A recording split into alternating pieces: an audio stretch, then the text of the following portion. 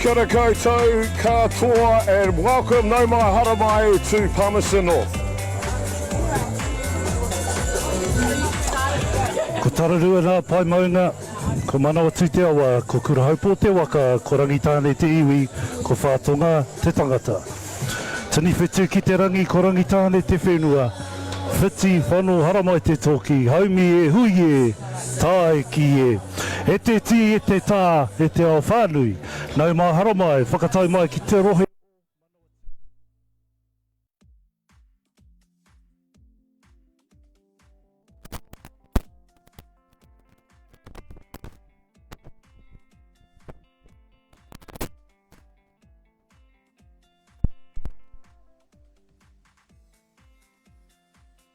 O tēnei hā kida. E woma, he pakana kei te haere. Nau mai, haramai, nau mai. Kia ora mai tātou. Well, kia ora, Wiremu Tamaki joining us in commentary for this one of the great mihi. It is the Tradestaff International Invitational Series live brought to you from Colquhoun Park in Palmerston North. It's great to have you along for it for this one. The big one on Championship Sunday, baby! Game number 15, Japan versus Australia. World number 2 taking on world number 5. I'm Jason Gerbes, aka Chopper.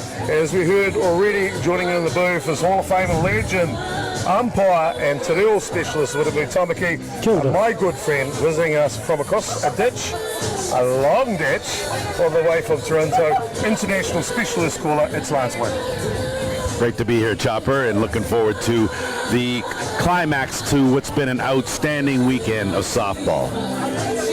Well, it's been special indeed. We've seen 2.5 days of competition here in Palmerston North. It's really taken us beyond the edge, if you like. We've seen the weather come in. You can see the clouds there. They look ominous, but I can guarantee you it's all gone. The flags are down.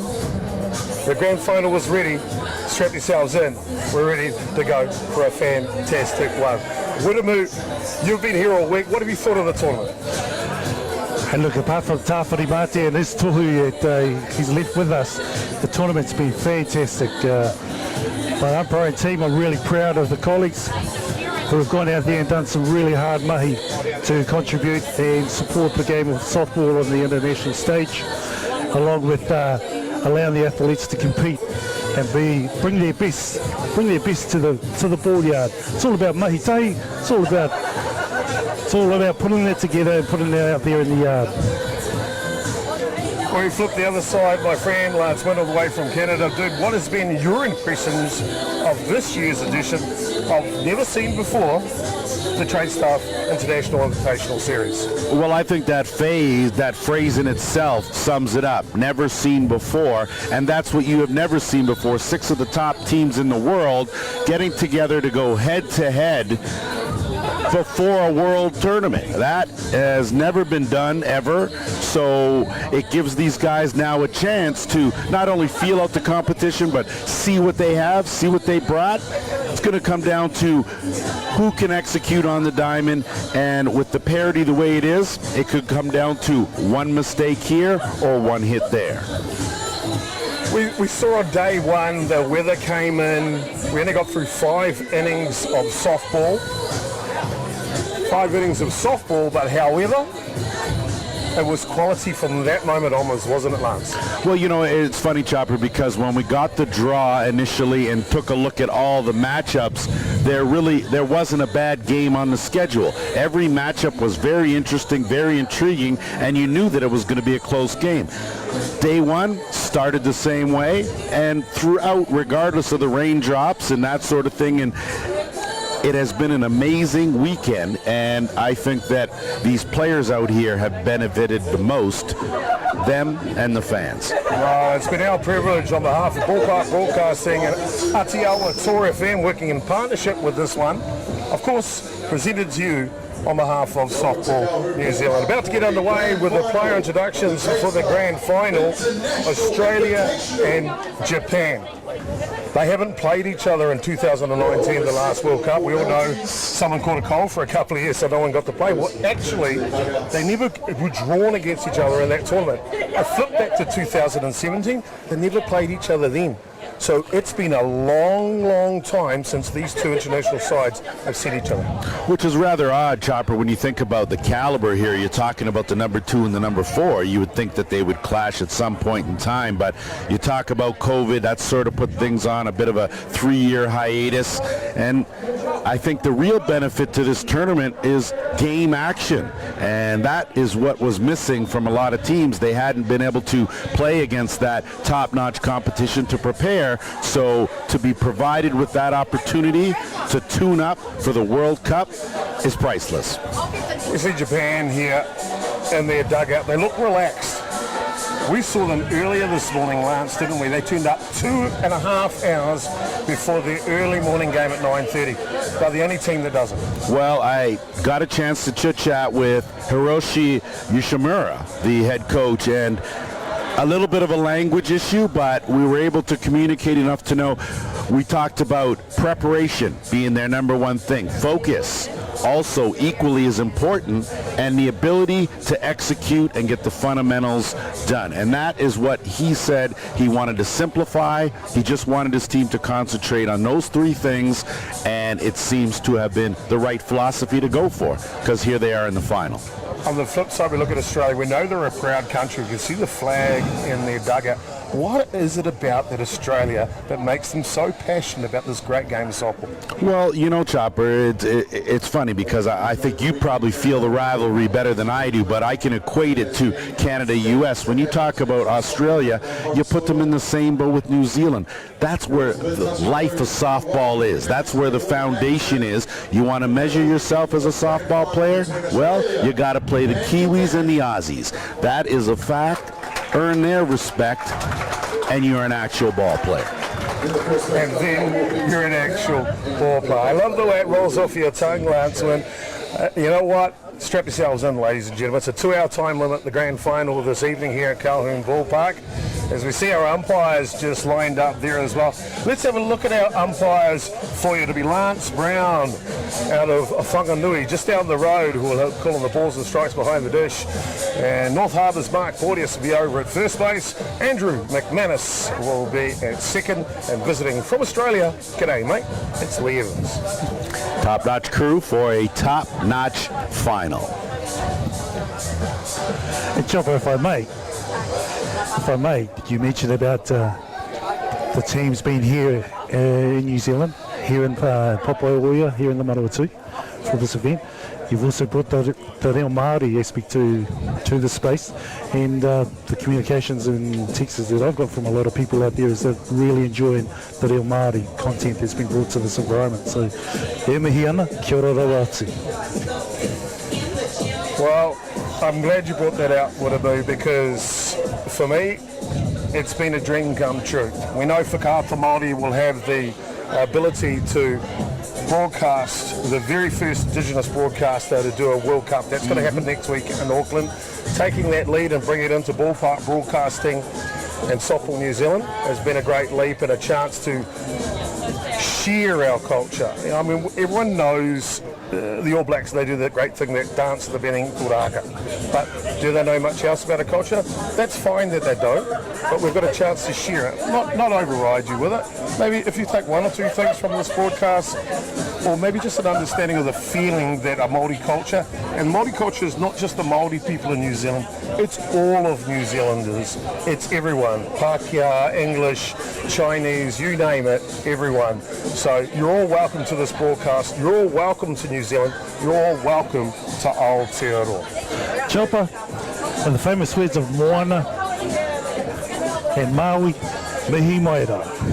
Mihi mai rā. Mihi mai rā. You're welcome.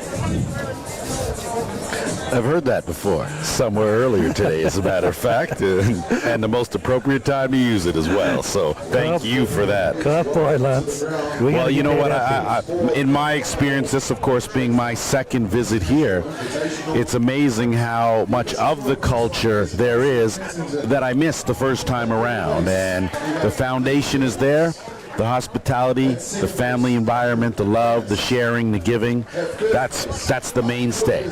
But, you know, learning a little bit more each time. I look forward to getting out and seeing some sights and enjoying that part of the culture. So right now, I'm ready to enjoy this part of the culture. Excellent.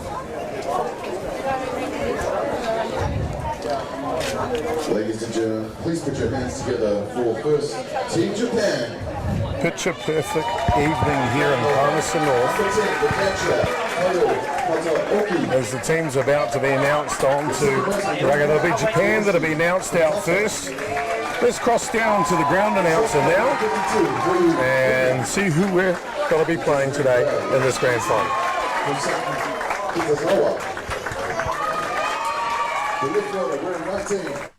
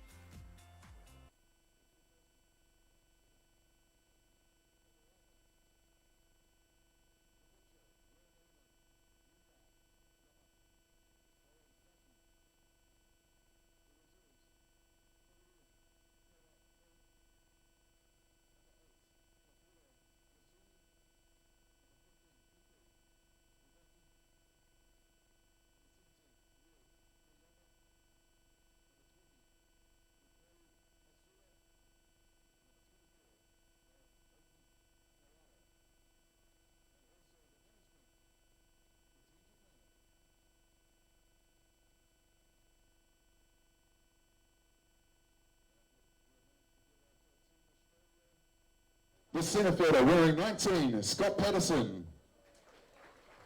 The right fielder wearing 12, Cohen Bishul. The shortstop wearing 27, Nick Shales. The pitcher wearing 26, Marshall Cronk.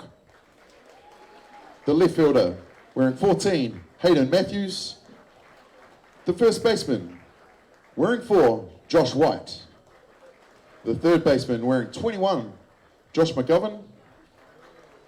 The designated player wearing 10, Riley James. The second baseman wearing 7, Brendan O'Byrne.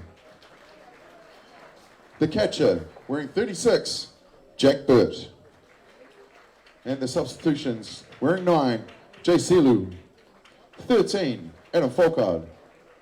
34, Matt Harrow. 38, Julian Chamot. 57, Jack Beesgrove. And 99, James Todd Hunter. And also the management for Team Australia.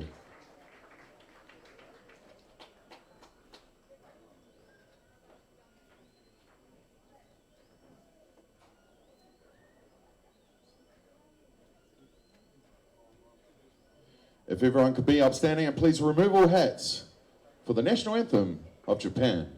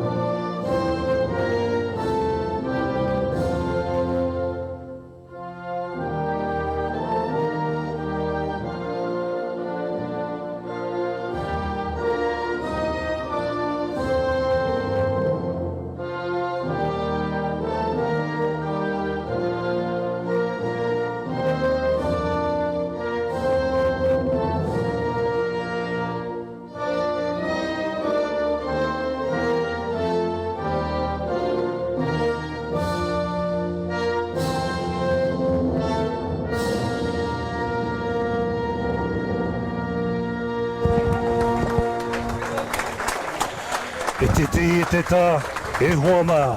Ai o te nuku, ai o te rangi. Ko te kawa ora, haumi e, hui e, tae ki e. Well, I tell you what, it's fantastic. I always love listening to the national anthem of Japan and Australia. One of the two finest I think you'll find out there, Lance. As far as the anthems go, you are right, and it's just nice to be out and see everyone, give everyone that same amount of respect that they would to their own flag.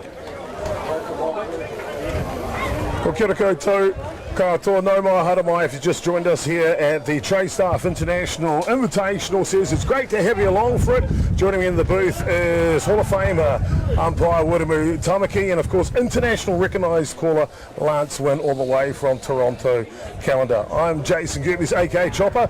Strap yourselves in. It's the grand final time. It's Championship Sunday. Let's do it. 2 hours between Japan and Australia. Let's have a look at the offensive lineup for Japan now. They are built from top to bottom with speed and now a lot of power. They'll be led off by the catcher. But we'll go to the batting lineup, of course, for Japan first. Well, let's go with Australia's defensive line because that's pretty decent as well. Hayden Matthews, Scott Patterson, and Callum Beashall left to right in the outfield. And then, of course, for Australia, you've got Josh McGovern in the hot corner, Nick Charles, tricky Nicky Charles at shortstop, Brendan O'Byrne, he's the starting second baseman, and Josh White will be in first base. Behind the dish is Jack Burt for the starting pitcher, Marshall Cronk. But before we get to that, of course, it's a time for the big guy. The City Council Mayor for Palmerston North, Grant Smith. And it's right down the middle. He's trying to strike to build this facility here, Lance, and he throws a strike here just before the grand final. Oh, look at that. Who knew that the mayor had a little bit of an arm there? Might have to get him into circle if anyone needs some relief. But good on him for bringing it. Ka mau te karawhiua.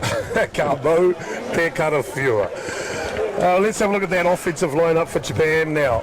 They'll be batting first in their gold tops and white pants. They adopted a gold shirt a number of years ago. They've simply been outstanding. They're led off by their catcher, Taio Kateoka. Hitting two today for them is the second baseman, Hiroshi Sakata. The shortstop we're hitting in the 3 spot. I tell you what, you've got to watch out for him. Yoyu Une, fantastic athlete he is. Suzuki Kitakawa is the designated player hitting in the cleanup spot for Japan. And then, of course, in the 5 spot will be the left fielder, Yusuke Morirata. Tai Hamidamoto is hitting in the 6th spot. The right fielder, Kazuza Toriyama, will be the first baseman hitting 7. Seiko Riwa will be the center fielder hitting 8. And Yusuke Sakuraba, the third baseman, rounds out the batting order for the boys from the land of the rising sun. And when you look at their big win over Canada, Chopper, a 2-0 shutout victory, they had Marshall Cronk was their leader. He was instrumental in keeping Canada off balance. That earned the spot here right now. Well, there you go. First pitch just stuck in there from Cronk, an outstanding athlete. As we get underway here, local time, 7:51 p.m. Next pitch is up and away from Cronk.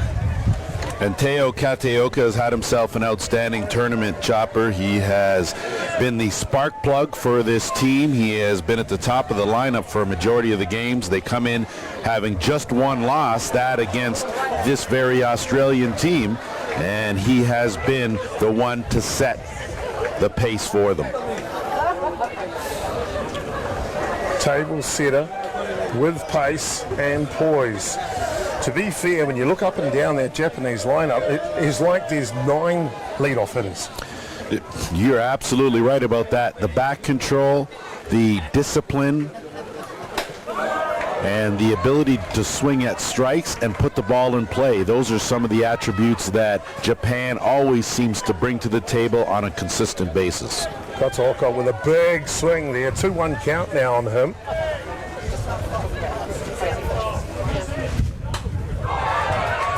Rise ball, he attacks, it'll go foul, out of play. The wind is blowing from left to right on the screen today.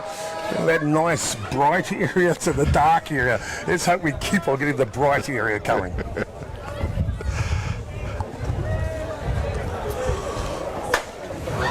Pulls that one down the line. Lance, you know these two countries very, very well from your experience of calling so many World Cups. The style of Japan versus the style of Australia, what should we expect to see? What's the clash? Well, I think the clash, you see that Japan is very methodical. They come to you with outstanding your stance, your fundamental ability to hit the ball, your ability to bunt, knowing when to move runners, and being defensively sound. They are one of the best defensive teams in the world. The Aussies bring a little bit of flair. They bring you some power. They mix it up. Their base running, similar to that of the Kiwis, very aggressive, and they test you. They make sure that they make you have to make that perfect throw in order to get them. So think about a team that always seems to be putting pressure on you. That's Japan, a team that always seems to be sticking around, hanging around, and when they get their opportunity, that's it. First pitch to the second baseman, Hiroshi Sakata. Sakata sees is above the zone.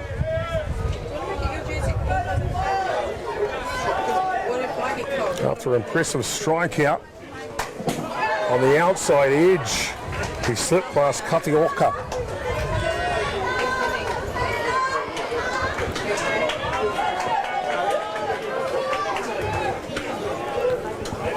Oh, and 2 now.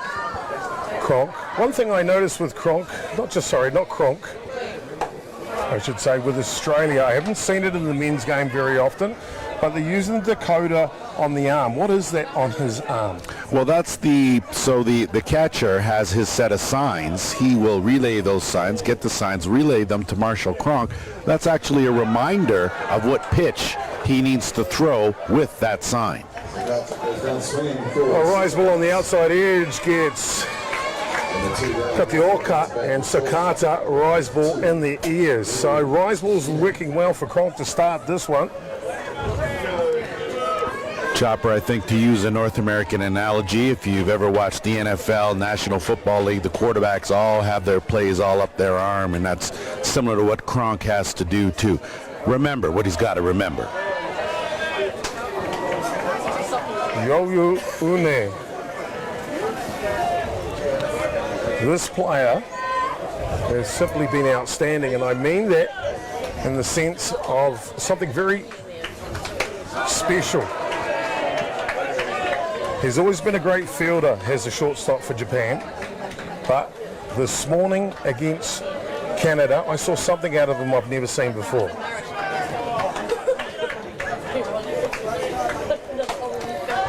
This one on the hand will pop up. Shortstop Charles is underneath it, and it'll be a 1, 2, 3 innings. Marshall Cronk looks good. 2 strikeouts, retires him in order. We'll be back with all the lineups, more action in the bottom of the first in just a short moment. And that will retire.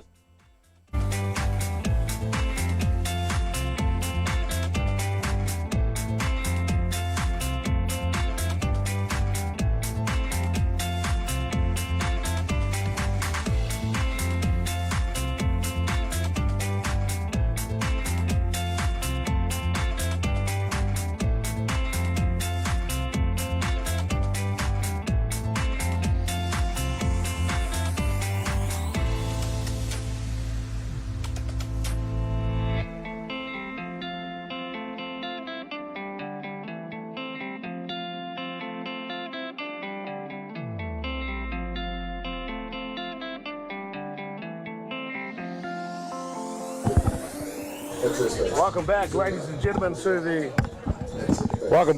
gentlemen, to the bottom of the first innings. We've got a really outstanding setup here, all set up for you between Australia and Japan. Let's have a look at the batting order for Australia now. It'll be Scott Patterson leading off the centre field. Callum Beach will be hitting in the 2 spot. Nicky Charles, the shortstop, hits 3 today. Marshall Cronk, the pitcher, will hit for himself in the clean-up spot. Hayden Matthews, Joshua White and Joshua McGovern, they're in the meat of the order. Riley James, Brendan O'Byrne will round out the order. Jack Bunt will be hit for by the designated player, Riley James. Defensively for Japan, they are slick, they are awesome, they are all over the shop. Yusuke Morita is at left field, Koriwa is at centre.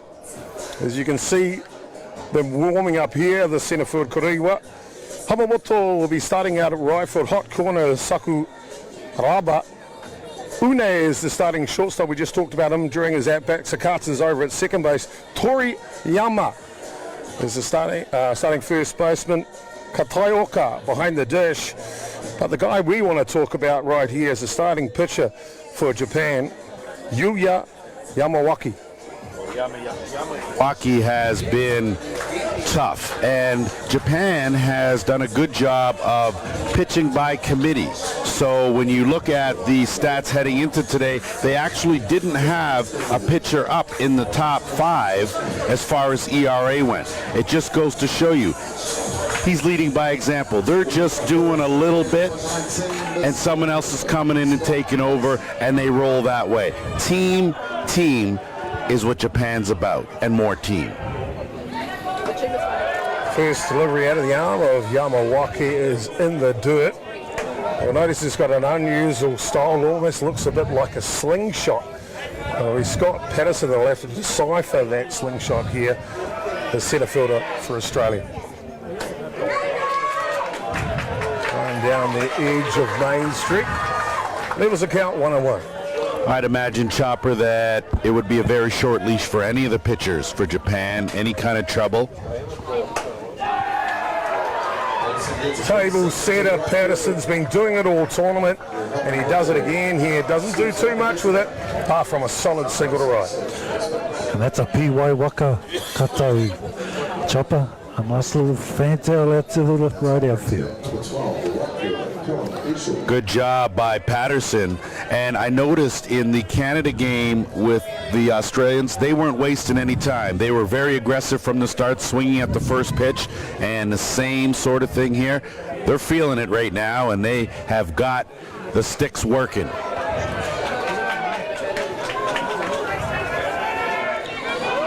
The Australian national team are led by some very hefty coaching staff. They bring to the party, if you like, experience, composure. Lang Harry, the head coach, over at third base. Nathan Jones, the assistant coach, over at first. And now they've got David Medikingi in the mix as well. Seems a little bit unfair. Well, you know what? You're competing with the best teams in the world. You need the best coaching staff, and I think that's a standard that was set by New Zealand as well as the Aussies. Bring in your players, bring in guys, world-class guys that have played at that level, and it'll help you. Off and running on the pitch. And Patterson swipes second base. You don't see that very often against Japan. Australia have come to play. Very aggressive on the base pass, aggressive in the batter's box. That seems to be the philosophy for Lang Harold. That's what these guys are going to go with. That's what got them here. That's what got them here indeed. 3-1 count now. And Callum Beashall.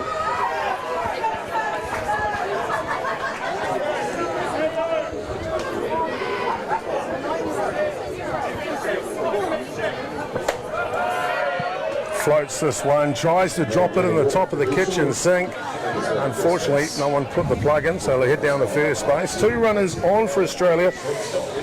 Lance Lang-Harrow couldn't be a better start to get their first 2 runners on with the big guy coming up, Nick Shales. Well, you talk about 27. He is the big guy. Tricky Nicky Shales. He is one of the best all-round softball players in the world. And when it comes to hitting the ball, he is definitely the guy that you want at the plate with runners in scoring position. Time called. And plate umpire Lance Brown in control of things back there. One of the best to come out of New Zealand. Very experienced. I asked him the other day, where's your aspiration? Where do you want to go to next?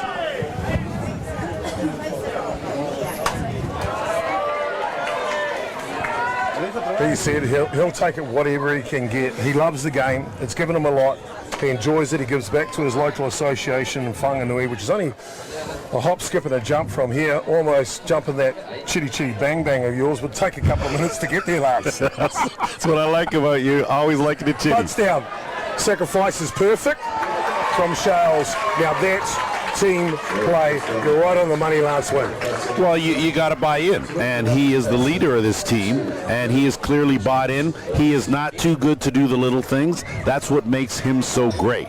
Nick Shales is the consummate team professional. Marshall Cronk had a breakout season in North America during this winter. MVP of the North American circuit. Doesn't get any bigger than that. Doesn't even bigger right now. 2 runners in scoring position at this point. Well, Chopper, we in North America get a chance to see Marshall Cronk on a regular basis playing over on the tour in the summertime, and to watch his progress, watch his development, watch him come from, I won't say an average player, who was never an average player, but to become a good player to an elite player at this level. Looking forward to seeing how he takes what he's done here in this tournament and it translates to the World Cup next week, because he's got to be a big part of that Aussie offense in order for them to be successful. Bunt is down. Comes back to the screen. Slight hint, maybe, Lance, of a squeeze play, you think? Well, I tell you, when you look at Marshall Cronk, I tell you, you'd be very surprised to see him choke up on that bat and lay it down. But there he is. He's got good speed for a man of his size. But that just tells you he's just trying to put something in play here to try to bring that all-important first run across the plate. Here comes Yamawaki with the 2-1. Change up. He's trapped in a rundown. Ball is high, though. Who's faster? Japan. Tough to beat in a run race, that's for sure. They defuse the bomb. Solid defense, Chopper. When you come to fundamentals, being able to get a runner in a rundown and execute it properly, no easy task. Japan masters at the fundamentals. You see in the replay here, even the high throw is not a deterrent. No, and the catcher is electric with his pace, isn't he? And Chopper, the whole idea is to try to bide some time just to make sure that if you are out, that you still have a runner in scoring position when the tag's laid down. So runners on the corner, well done. Give up the out, but still have a chance to cash a run. Yesterday, Lance, you called a game with the third baseman, Yusuke Morita, made a play with a runner at first base. There's only one out, it's 2 down now. I've never seen done before. I tell you, Chopper, and it's hard for me to decipher just one play, because the defense at this tournament has been remarkable. What I've seen from Une, what I've seen from a number of the fielders for Japan has sometimes taken my breath away, and this is a person who's seen an awful lot of softball in his day. These guys are world class, and he's a world class fielder. Morita picked up the ball on the run. His only play is first base in that type of situation. With half a stride, he'd find it at second base to get the lead runner. This one's up, and Japan will get out of the jam. We're through one, there's no score, but I tell you what there is, there's amazing athletes out there in the diamond in the grand final of the Tradestaff International Invitational Series.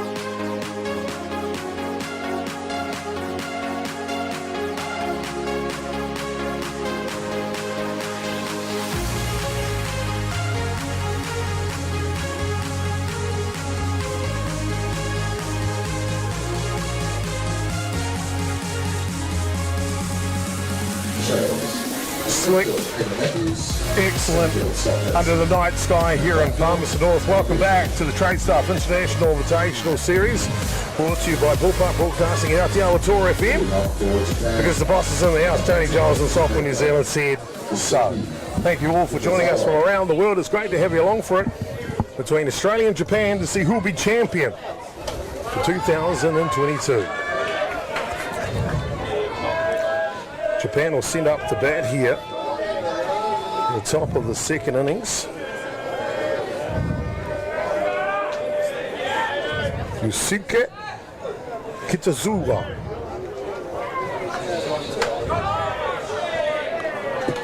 Watches one drop in to level the count 1-1 and be followed by Yusuke Morita and Teo Hamamoto. Right at the meat of the order for Japan. As this one fouls back. And Chopper, I got to give Marshall Cronk some credit. He pitched 5 strong innings just a game ago to lead the Aussies over Canada. And here he is being very effective right now against one of the toughest teams, not just here, but in the world. And there you have it.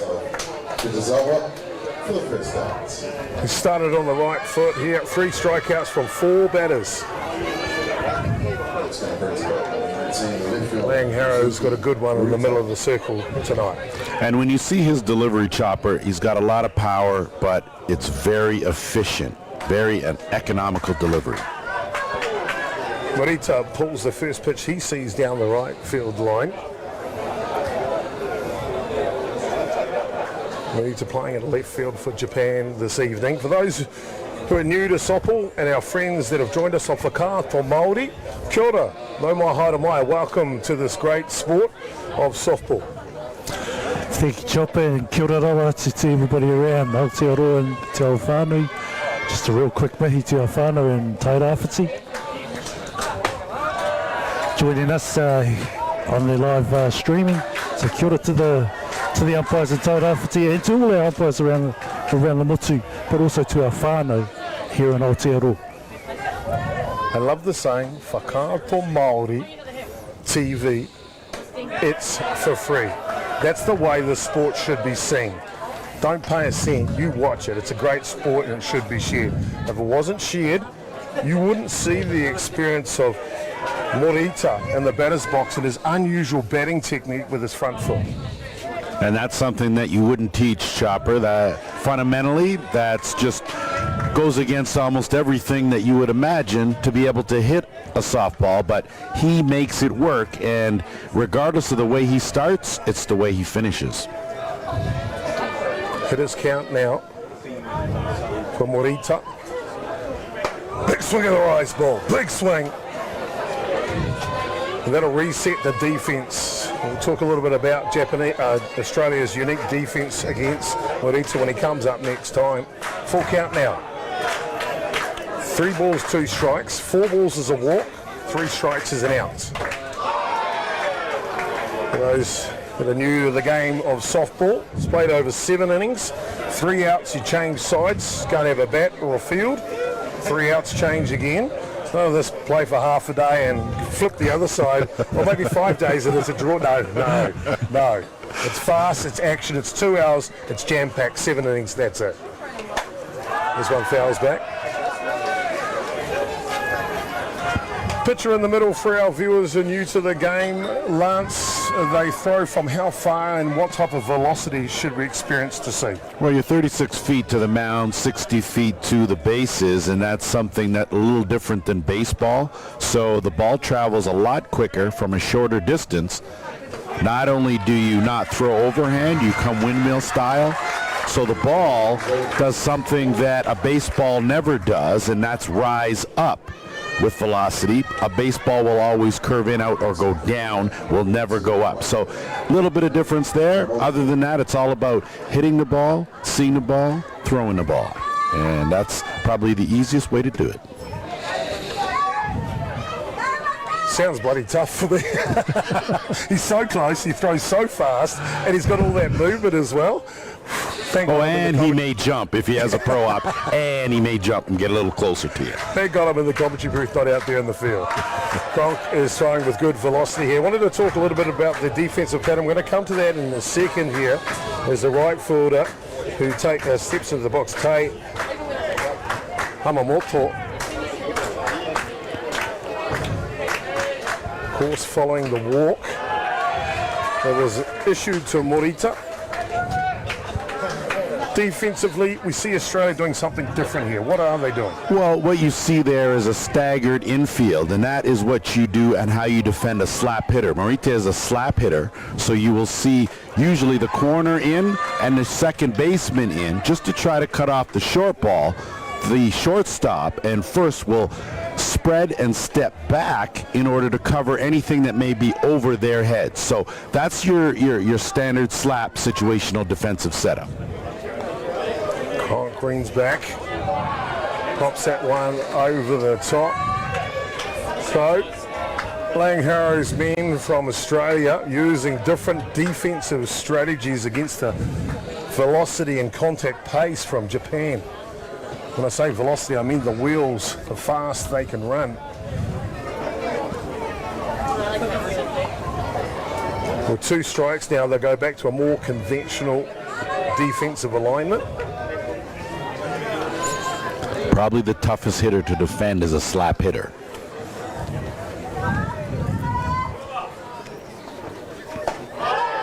Change of pace. Looks like on the delivery, Cronk just got a little stuck in the turf. Well, I think, Chopper, over some time there's been some issues with the landing area. I know usually a mat is utilized. This time it's a rubber, so the circle might be just a wee bit loose, and that changes the landing pad. Oh, another big strikeout here. 4 strikeouts from 6 batters. They'll bring up the first baseman now. Historically, Japan have brought sluggers at first base.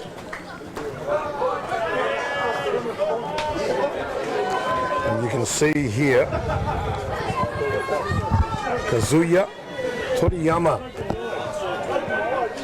means business.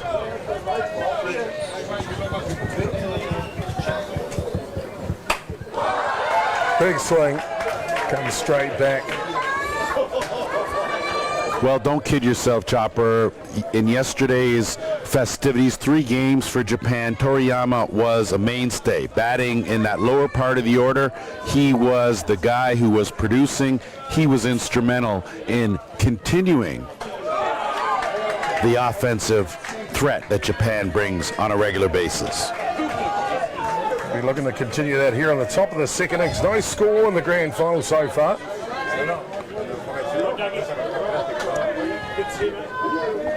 Morita still poised at first base, hasn't taken off yet. Change-up's good from Cronk. It's special, it's real good, and he nullifies the threat. They'll leave 1 runner left on base. All done through 1.5, bottom of the second coming up. No score in it between Japan and Australia.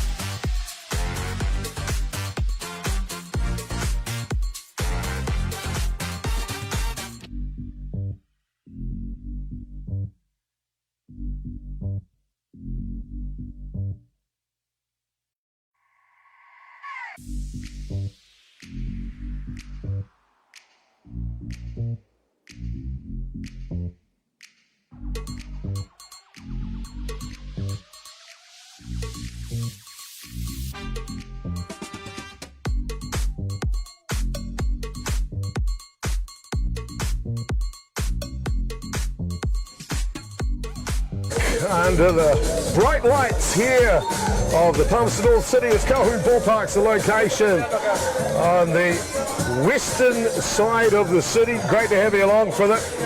A little bit of weather in the distance. It's moving away. It is moving away. Don't you even think about coming back. Not you, Lance. You can always come back. I appreciate that. I was getting a little offended initially, but I'll let it brush off and not take it personal. Fair enough. Josh White, first baseman. Josh McGovern, third baseman, and Riley James, designated player, will go for Australia here in the bottom of the second innings. Apologies. Chopper Josh White, another one of those members in that lineup with tremendous power for the Aussies. You leave something out over that plate.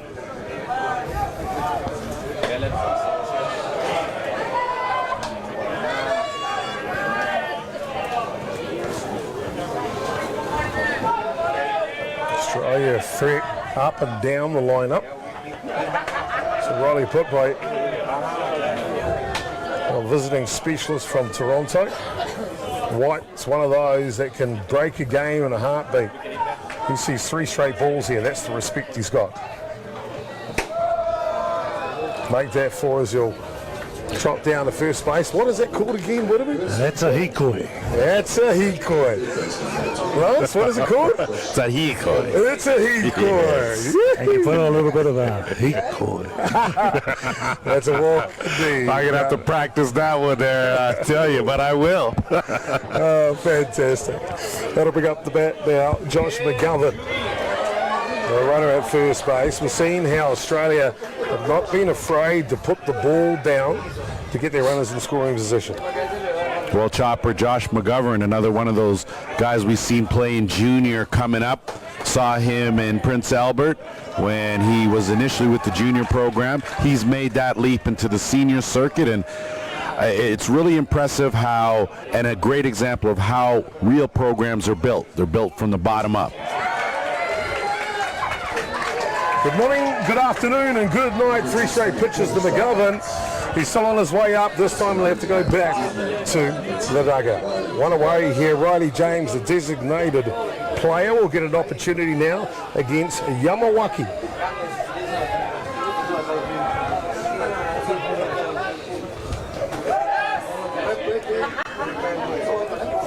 Ball gets away.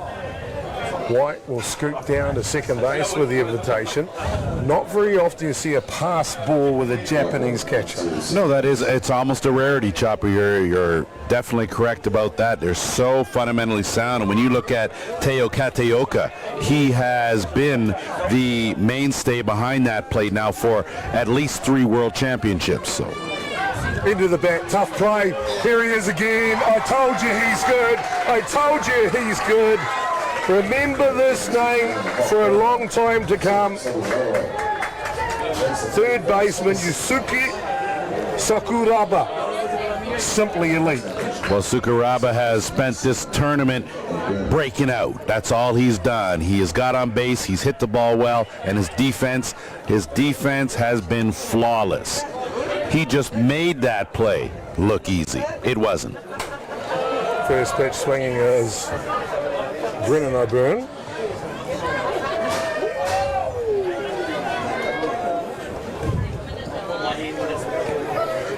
Two away here in the bottom of the second innings. Australia, though, with another runner in scoring position.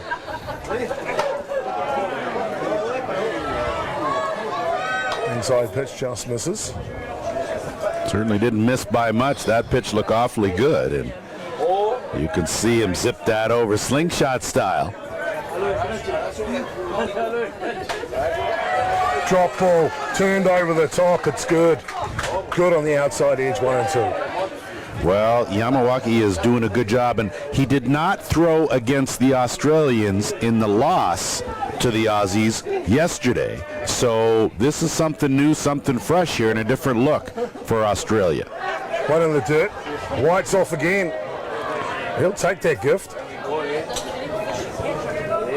2 gifts so far for White out on the bases after the walk. To be fair, in this particular case, you might get a replay of it. They bounce fairway short of the plate. Those ones can spin in every direction. 2-2 now the count.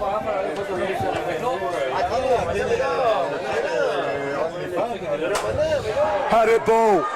This could be trouble. This could be trouble. What a catch! What a catch! Say Kuririwa. What a catch! Highlight reel from ESPN for sure. You want to win a world championship? That's how you play defense. Kiruna, Kiroto, Kiwaho. Kiwaho. There it is. That ends the bottom of the second innings. Top three covered out with more outstanding plays in the final of the Tradestaff International Invitational Series.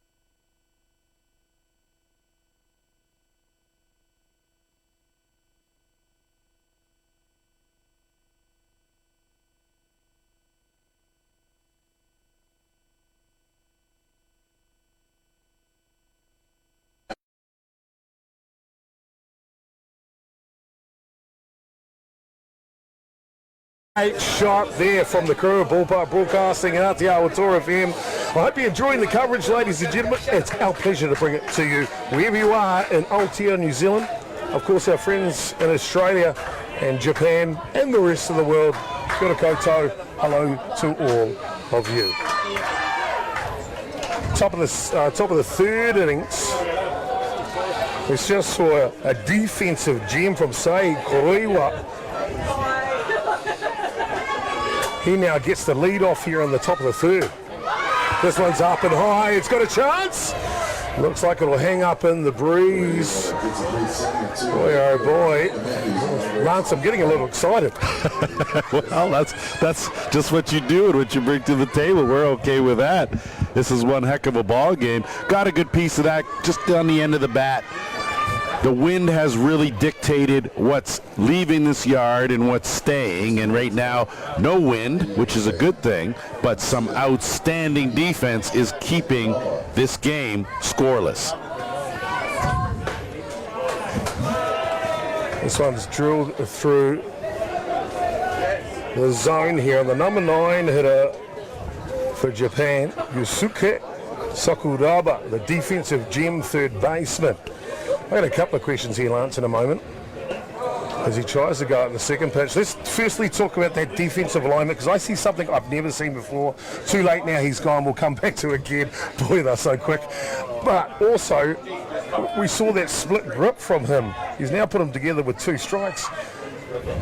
Well, that's part of your bat control. That tells you the higher you are up on the handle of the bat, the less power you have. So that means that he's going with bat control, which is what slappers do. They're going to try to read the defense and just put that ball wherever there isn't anyone. And you can see here that he is clearly a slap hitter. You bring the infield in and you pitch him in tight. In the hole now is Sakuraba. With that one outside will change the count to 1 ball and 2 strikes. See, Kronk wanted that pitch. Competitive nature, the Queenslander, Kronk.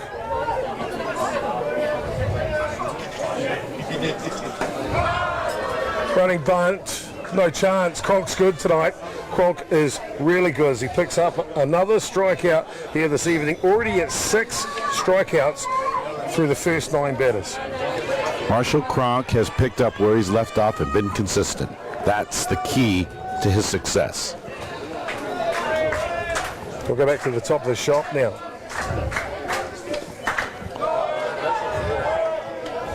The catcher, Tayo Kataoka. aggressive and swings at the first pitch.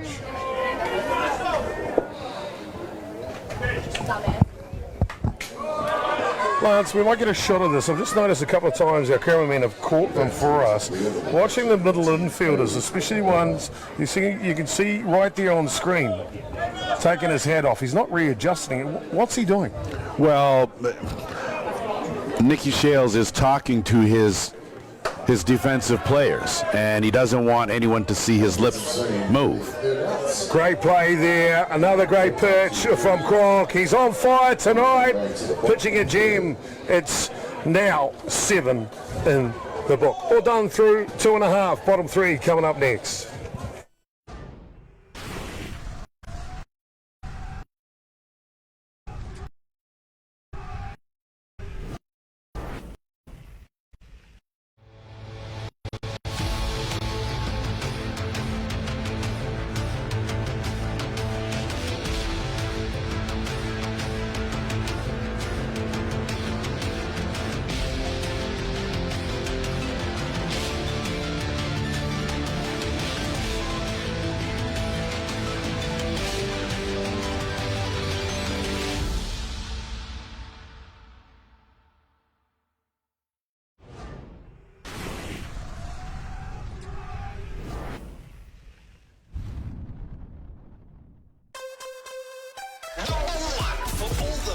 Throwbacks 90s and more.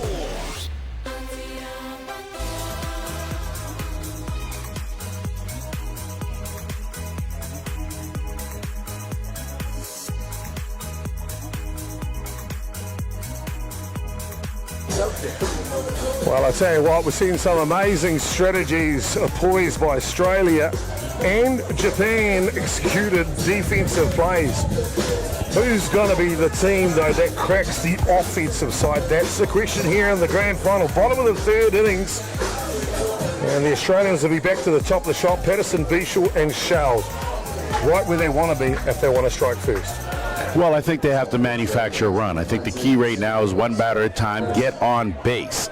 That's the key. Manufacture a run. You're going to have to be able to execute. Runs are going to be at a premium in the World Cup. You need to practice manufacturing those runs, and I think that this is the ideal scenario for teams to do that, and I think the Aussies will be thinking, let's get a run first, and then try to get 2. Next delivery is outside, so 1-1 on Patterson, back in the first innings.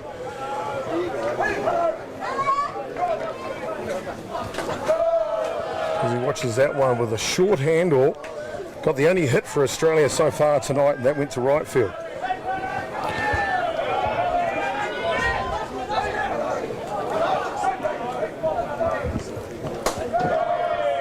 Well, Chopper, I think they'll be looking to get the leadoff runner aboard. They've done that in the previous 2 innings, so it'll be interesting to see if they can put that pressure on Japan.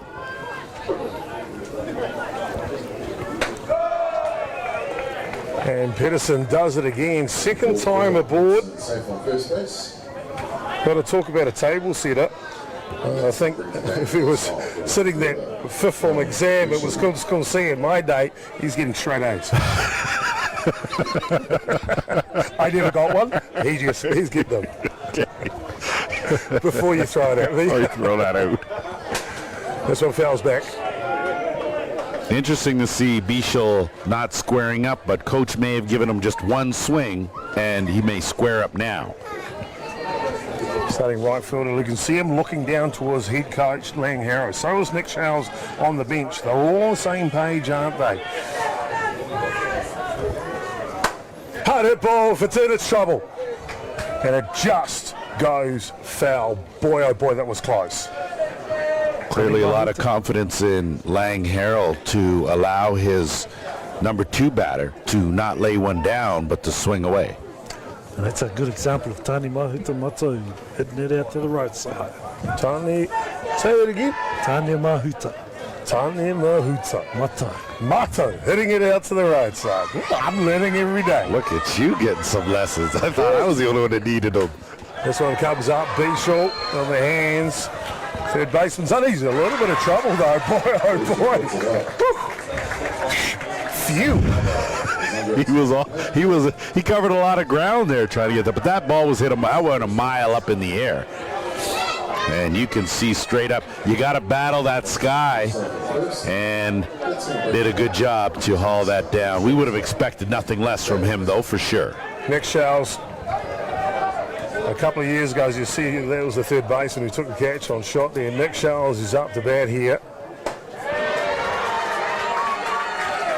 Well, the scouting report on Shales, stay outside, don't come in. He's got great bat speed. He will turn on that pitch. So if you're going to get Nick Shales out, you're going to do it high and out or down and out. High and out and down and out. There's a big reason for that. You won't mind me saying this, but it was a few years ago, about 4 now, maybe 5. He was rated the best hitter in the world. This one skips away. Patterson again finds second base. There's a replay of that fly ball, the third baseman. I tell you what, I'm falling over on that. They've got good footwork, don't they? When they go across the ground, they can just shuffle nice and smooth. Well, yeah, but in his defense, if you've ever taken an infield pop-up and seen it go straight up so high you have to bend your neck back, I think that's where he kind of wasn't expecting it to be that high. And big swing from Charles, but the cutter's even better. Multi-at bat here from Nick Charles. Will load the count now. 3 balls and 2 strikes.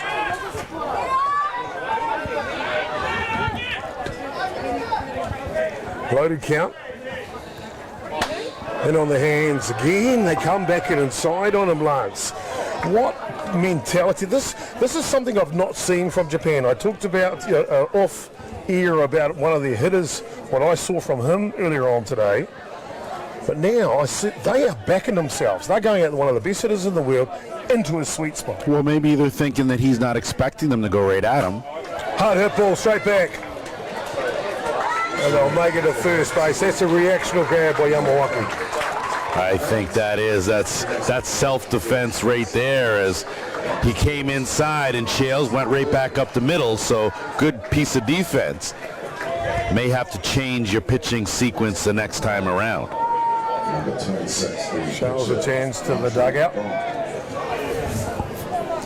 We'll hand it over now to the pitcher, Marshall Cronk. He's got plenty of pop in his bat. Only one out to play with. However, Australia are only 60 feet away from grabbing the lead in this ball game. Patterson's at third base. And Chopper, give Patterson some credit. He didn't worry about the check, knew based on the way the defensive player was going, he couldn't make a throw, and took third base. Hard hit ball. This is trouble with a capital T. One bounce into the fence, and it's Cronk that powers Australia to the lead here in the bottom of the third innings. 1 run to nil. Now, are we really surprised that it was Marshall Cronk? What hasn't he done here today besides throw well and hit the ball? He's the RBI guy right now. He is the guy. And that's a great example of B.Y. Wakamaui hitting it out to the left side, gliding it out there in the air. Fantastic stroke from Cronk. And with 2 outs here, a change to the international 2-down rule. Lance, what's happened? Well, you're allowed to have a runner for your catcher or for your any player that you deem is worthy. So you can bring someone back on the re-entry. Opportunity now handed over to Hayden Matthews. Australia with a prime opportunity to double their lead and fast. Perfectly explained. Thank you, Lance. A new change to the law this year. They can come in for the catcher or the pitcher. It was Cronk who was out at second base, so he can come off as well. It had only been the catcher up until this year. New development. I think a great one. Keeps the game moving. We don't want to see our pitchers get hurt. Hard hit ball. This was trouble too. Defensive play is good though at right field by Tai Hamamoto. Boy oh boy, this one's got me excited. I don't know about you two. I don't know what's coming next, but I know Marshall Cronk's going to have something to do with it. He drives Australia into the lead. 1 run to nil. Top 4 coming up next.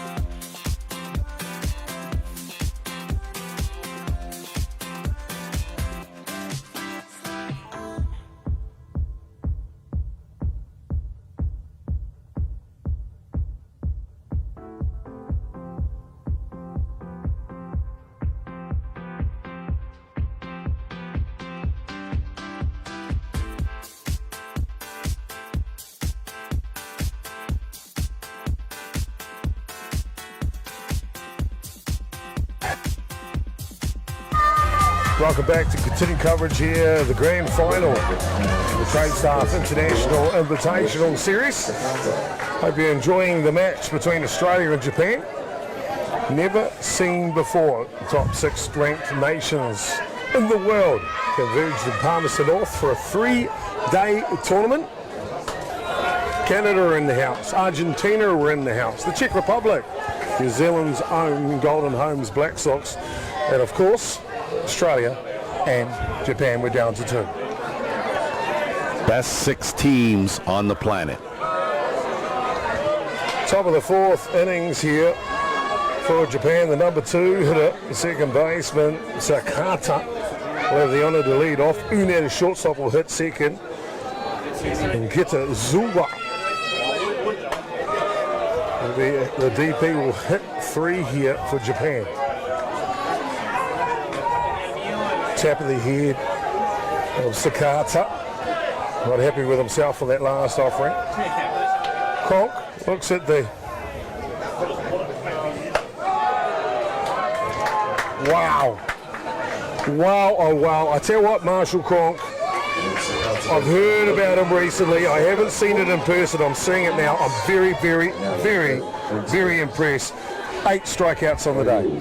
And I think the adjective that we can use best is overpowering, because right now he has got the Japan lineup fearful of what he's bringing to the table. He hasn't used his changeup all that often. He's gone with the drop ball and the rise ball. Lance, I want to come right back to you. Yo-Yo Une has got this unusual defensive pattern. What are we seeing? We're seeing a slap hitter defense again. You see the hands split a little different with him. He'll separate the hands, but he'll bring them together as the pitch comes. So a little bit of a different technique that he has, because he has more power. And so the defense for Australia are doing something I've never seen before. What is that? That's just your regular shift. You did Braden because you know that he's got great speed, and that's why Nick Shales, the shortstop, is even with the pitcher. I've seen the second baseman come up before. I've never seen the shortstop and the second baseman stay back. You're daring him.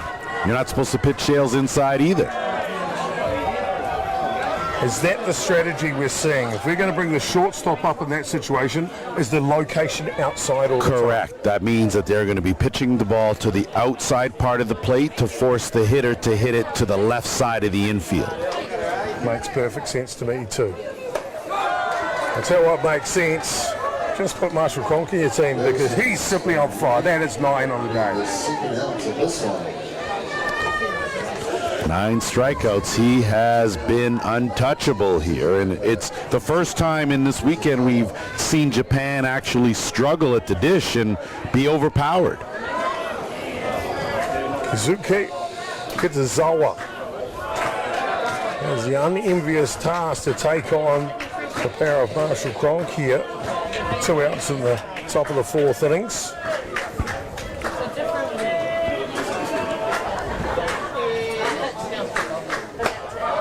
Wise ball's strong, too strong.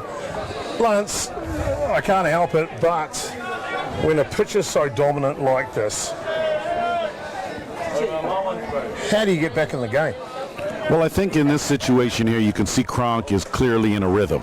He's taking the same amount of time to take his pitches. He's got a good flow going and working back and forth well with Bert. Well, you have to somehow disrupt that. So whether it be tough to step out, but either you have to make an adjustment, move up in the box, maybe move back in the box for that fraction of a second, but going out there and treating it the same way you did in your last at-bat when you struck out doesn't really make sense.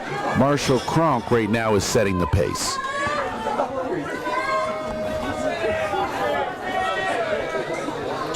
Set and ready to rock and roll, and a change up. He's using them all tonight. He's using them all. 10 on the night through 4 innings of work.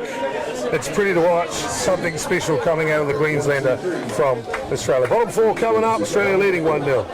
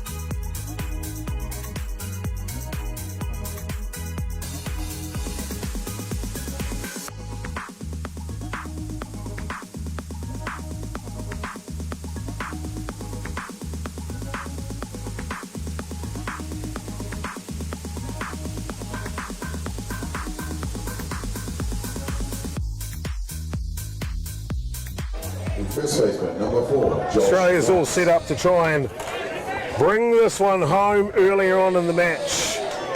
I've never seen it in the fourth innings, and the way Marshall Cronk's throwing tonight, it is a great example of a pitcher who's on his game.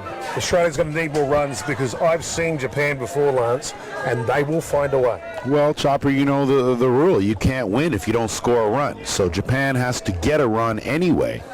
And as stingy as Cronk is being right now, we've also seen games flow to the sixth inning, come down to the last at bat, and change. So one run isn't a whole lot.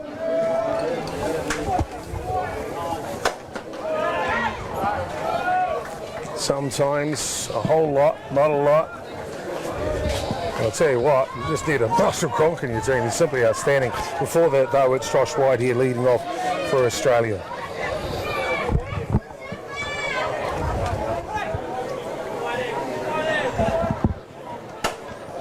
This one bounces out of play to the left side. I've been really impressed with the execution, though, also from the Japanese hurler here tonight. Yamawaki's used both sides of the plate and deception. Well, you've held down one of the best hitting nations to just a hit and a run, and you're still in this ball game. So he's definitely done his job, not as effectively, mind you, as Marshall Cronk, but the end result's still the same. Trailing only by a run, still in this game with some more at-bats to work with. You make a good point, Lance. You make a very good point here. As we see the 2-2 low for White. Cronk's a power pitcher. Here for the strike. Yamawaki's a pitcher. Amazing defense. And there's one right there. Takes the power out of the ball. They're using the top 2 inches, Japan. That's how they're so close in this game. It's only 1-0 in the bottom of the fourth innings. Up the bat next will be the third baseman, Josh McGovern. Talking about using the top 2 inches. We've got the best top 2 inches in the country. Joining us in the innings break, it'll be Tony Giles that'll be coming along. Looking forward to that one. The boss is in the house. Better make sure we tuck in your shirt and all those things that's required. Tony Giles is an amazing man. Does amazing things for the sport. We'll get to him in the innings break not too far away. Hard hit ball, 5-6 hole. No way! No way! No way! This defensive players from Japan, Yuya Une. It's a highlight reel. That's all it is. It's a highlight reel. Set off the top, Chopper. Some of the defensive plays that we have seen this weekend, phenomenal. Une, top on the list. Not only can he hit the ball, but slick fielding deep in the hole to your right side as a shortstop and able to get enough over to make a good throw and get the runner. That's major league style. Roy James here, designated player with 2 outs in the bottom of the fourth inning. This game is moving quick. 2 quality pitchers, 2 quality defense. Let's not be mistaken, these 2 teams score runs in bunches in every game. Not tonight with the way these 2 teams are playing defensively. Big swing. James is searching.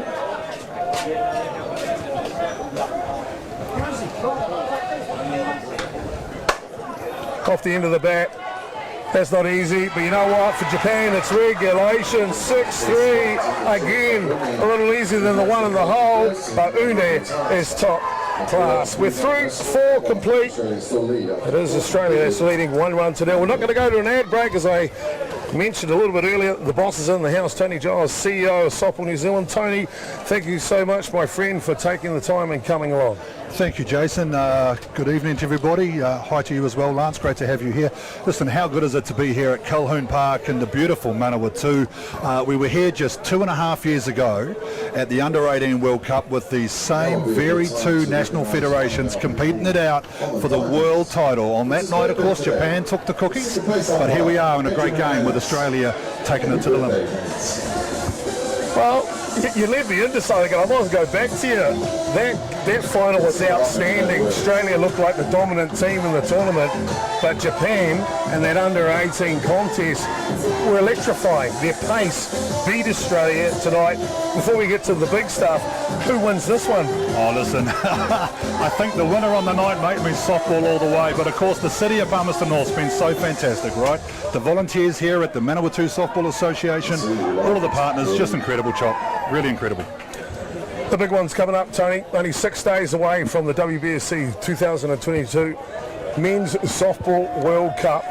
Tell us all about it. Yeah, how exciting. 26th of November, first game, Saturday afternoon, the New Zealand Black Sox versus Czech Republic. How good is that to start off the Men's World Softball Cup? Rosedale Park for Kata Māori Stadium. Here we go. Amazing.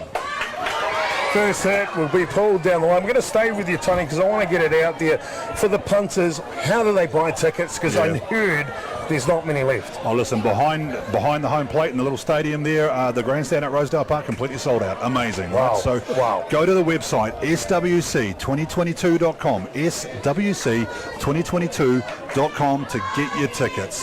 Limited tickets available, but man, she's going to be an exciting 9 days of men's fast pitch. Have you put the voucher code Tony Giles when you're buying the tickets? Do we get a discount? How does it work?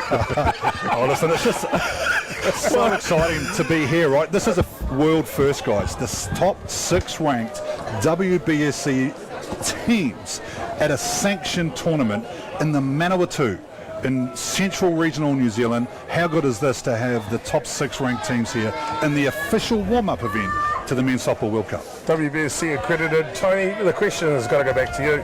How do you do it? Oh, mate, this was about providing an opportunity, about selling men's fast pitch. It is such a good product. We're seeing it here live on Whakata Māori Stadium for you good folks here, you men bringing it to the nation and to the world. It's so exciting. Men's fast pitch is a wonderful product, and we're about to showcase not just the top 6 from here, but the top 12 federations in the world. The game of softball is played all around the world. Of course, we can only speak for New Zealand in this particular case. If they want to get into the game of softball, whether to watch it or play it or be an official, what do they have to do, Tony? Yeah, go to the Softball New Zealand website, softballnewzealand.org.nz. All the information is there to find your regional association, your local club. There are 120 clubs around the country. There are 20 associations that will look after people from all over the community. It's exciting. Fantastic. That's great to hear, Tony. I'll tell you what, last say, of course, next week.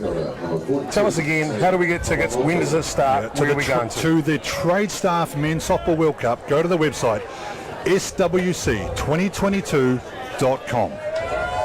Fantastic. There you go, ladies and gentlemen. Tony Giles, for the CEO of Softball New Zealand, joining us in the booth. Thank you for your time. swc2022.com. Get your tickets now. They're selling like hotcakes. Back to the action as we saw right in front of us. Morita's struck out. That's the 11th one for Marshall Cronk tonight. Now Hamamoto will get an opportunity. Well, 11 in total. That's 5 straight strikeouts. Prior to that, there was a fly ball and then 3 strikeouts in a row there. So Marshall Cronk has got this Japanese offense befuddled. They have no idea what the next pitch is going to be and what they're going to get. If you want to get your tickets to the World Cup to see Marshall Cronk do this on the elite stage, don't be late. Get your tickets. And that website again, swc2022.com. Got your tickets yet, Lance? As a matter of fact, I do. And I do want to tell you, Chopper, that this was a warm-up tournament. A sanctioned tournament where the results go immediately towards the ranking. So it wasn't a tournament that didn't mean anything. Ground ball, backhands, tough play. Tough play, especially with the pace of Hamamoto down to first base. I'm not a betting man at all. And I'm definitely not a scorer. But I don't know, I would call that a hit. First hit of the ball game for Japan. Tough call, we'll try and find out for you. Chopper, that's a hit. That's a prime example of what a slap hitter can do and where he can put the ball and why you change your defense. Opportunity now knocks on the door. First opportunity for Japan. First base runner on. Going to be the first baseman, Kazuya Toriyama. Sits into the batter's box. Big swing. He's not looking to bunt him across, is he, Lance? No, and I would expect him to get a steady diet of rise balls from here on in with an 0-2 count.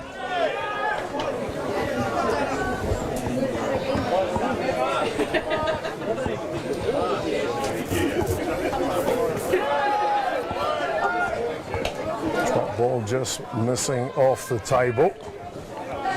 They call that a waste pitch with their head so much. 1 ball and 2 strikes now.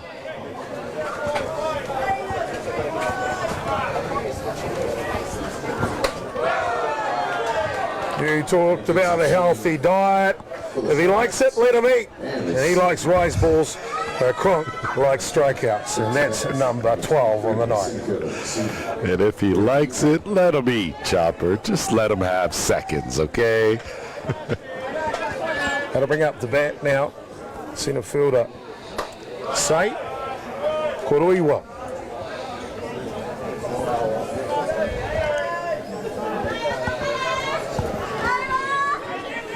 Koroiwa being on the Japanese side for quite a while.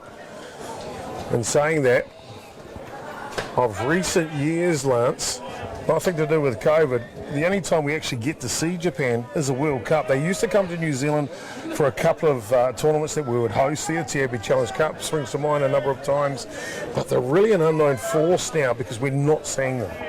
Well, when I was speaking with the coaching staff, I said to them that you guys set a lot of standards, you're the best at making adjustments, but we're just never able to crack you guys, and you just seem to come up with new stuff, and we don't know where you get it because we don't see Japan very often. Hard hit ball, the rise ball.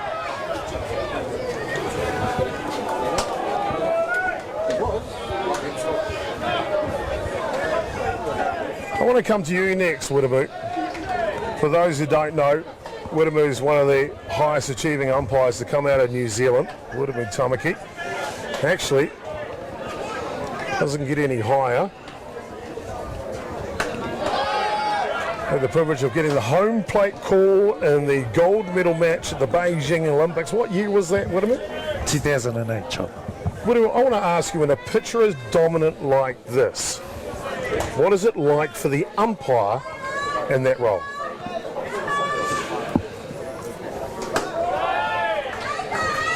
What is it like for an umpire in that role? When a pitcher is dominant, it makes the job a lot easier when you're working with a catcher and establishing that strike zone for the pitcher, and then the pitcher's just coming into your space. And if they're consistently hitting those lines and doing that consistently, then it makes the job easier, a lot easier, and a lot enjoyable as well. Walk issued to Koroiwa, number 9 hitter now, and Sakuraba, the third baseman. And now we see that defensive play again where the shortstop is up. So I guess, as Lance informed us earlier, the location of the pitch should be on the outside of the plate. And again there, it's on the outside of the plate. I don't want to call you Nostradamus. I certainly don't want to call you intelligent, but you're right on the money. Well, you've called me a lot of things, so either of those two, I'll take them because they're better. All right, so if that's the case, well, thank you then, Chopper. Tough play. Wow. Bang, bang at first base. Bang, bang at first base. Josh McGovern did everything he could there, but that's what Japan do. Elite pace, they turn easy outs into base hits. Loaded bases with 2 down. Japan are ready to poise the strike. No substitute for speed.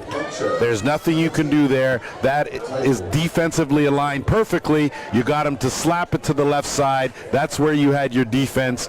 Just couldn't get it there in time. Just too much speed on the base path. Time called here by Lang Harrow. He can sense a change in fortune. As you mentioned earlier, Cronk was in cruise mode. 1, 2, 3, 4, 5, 6 strikeouts in a row. And then after that, he's given up 2 hits and a walk. Are the wheels falling off?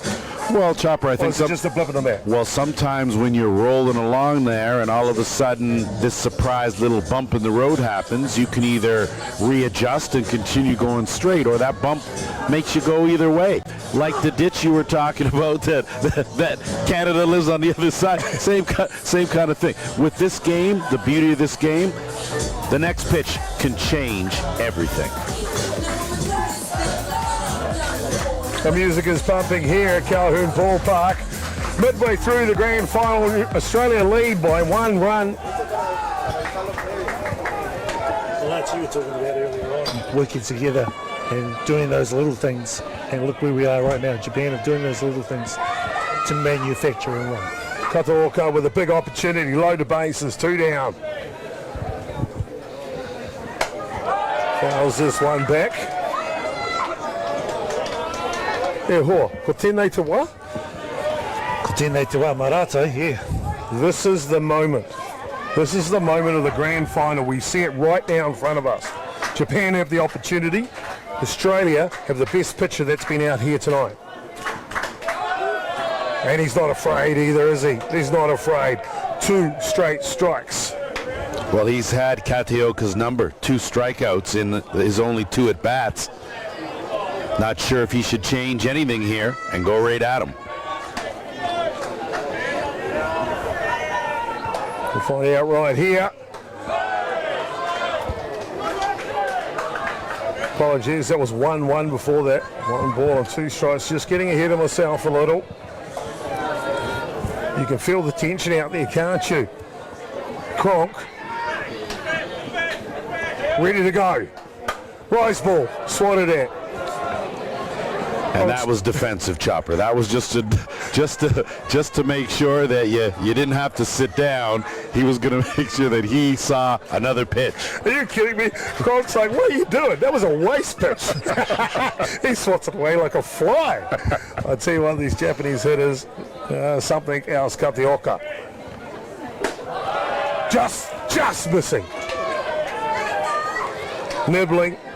Well, I think Cronk's strength has been his rise ball, and I'd like to think that 2-2 was a setup pitch and that he's going to go back to it here. Opportunity awaits. The big moment, the big match. 2-2. Here he comes. Right there, right down the middle. Marshall Cronk, the Queenslander. The Queenslander gets it done for Australia. Sets them down, nullifies a bases loaded threat from Japan. Australia keep the lead, 1 run to 0. Top of the 6 when we come back. Wow, simply wow.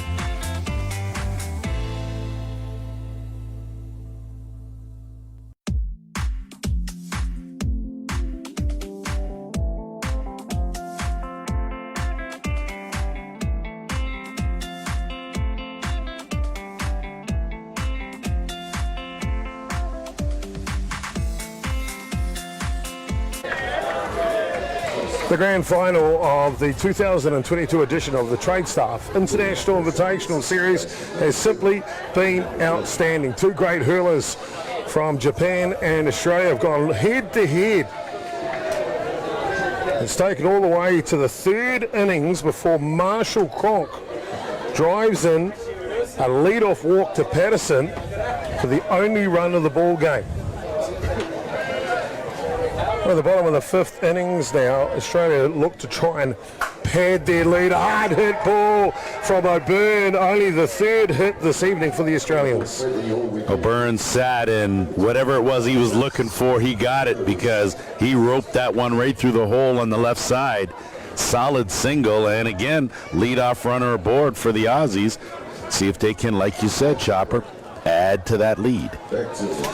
Tani Mahu to Maui, so right there. A nice hit out to left outfield. Right there. He's been right there today. The leadoff hitter for Australia, Patterson, aboard both times. A single to right foot on the first. As he fouls that one back, and a walk in the 3rd. The Japanese are not going to go dying in wonder. They've got number 5, Takuro Kawano, up in the bullpen, warming up as we speak.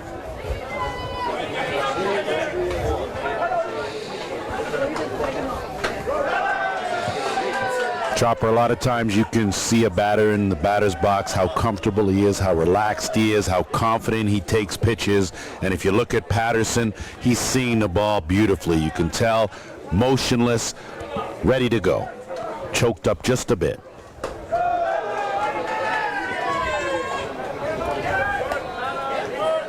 True leadoff hitter is Australia under the leadership of Lang Harrow, the head coach.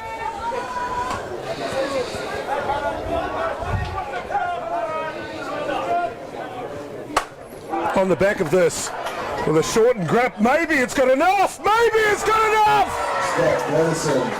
It's a lead-off hitter batter from Patterson. He does it again. He stays red off, back-to-back hits. It's the big one. It's a 2-run shot. Australia leads 3-0.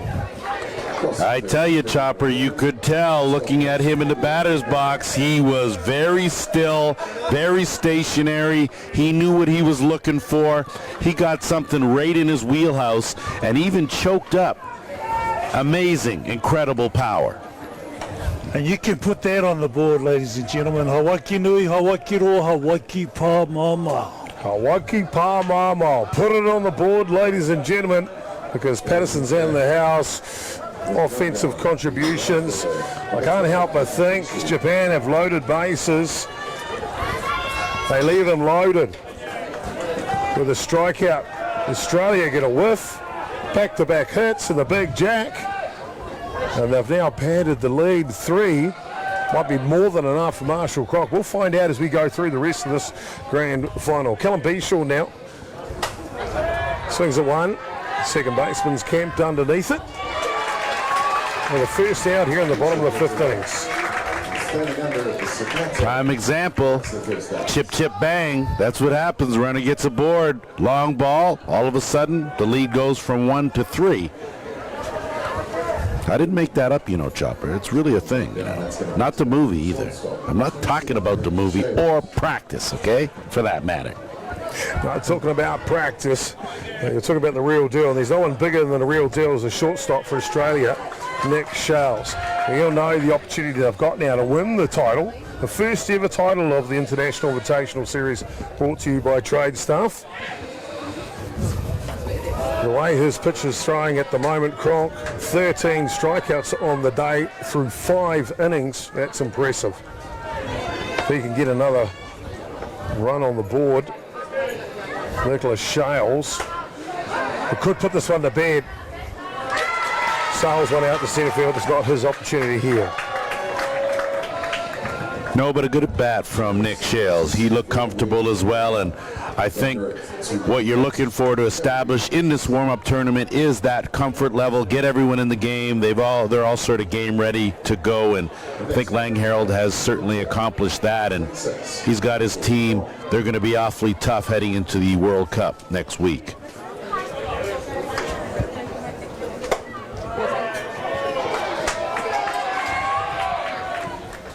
Marshall Cronk's been impressive defensively on the mound. Driven in the first run for Australia back in the 3rd innings. Got a board on the fielder's choice back in the 1st. Patient, albeit with 2 strikes on him now. He'll have to work hard.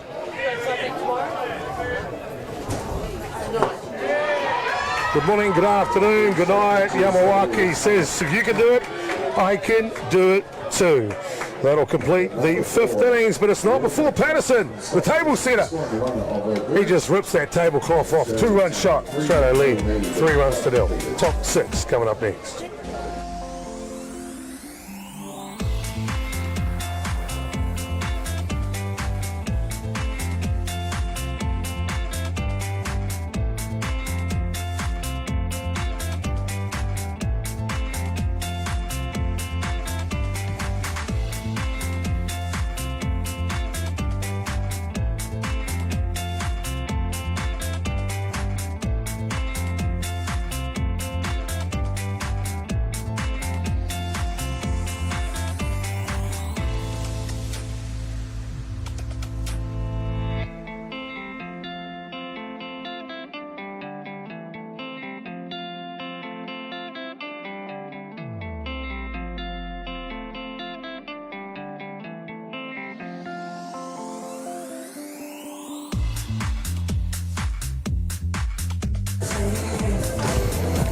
Well, I tell you what, it's a festival here in Palmerston North, the Tradestaff International Invitational Series.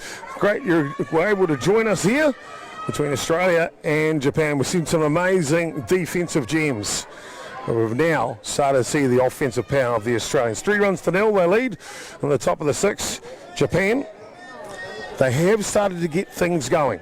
In the 5th innings, they did load the bases. Unfortunately for them, they couldn't unload the bases with a run, 2 or 3. They'll try to do that. No, Sakata will get the opportunity.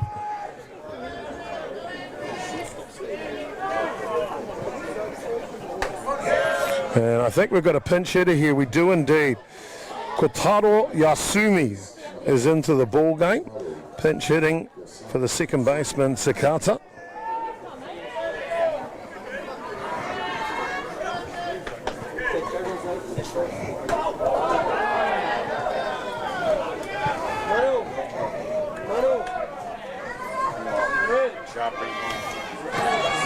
You have to give some credit to Lang Harold and the coaching staff for Australia. They have tailor-made this defense specifically to defend against Japan and these slap hitters. This one's through the bottom of the zone.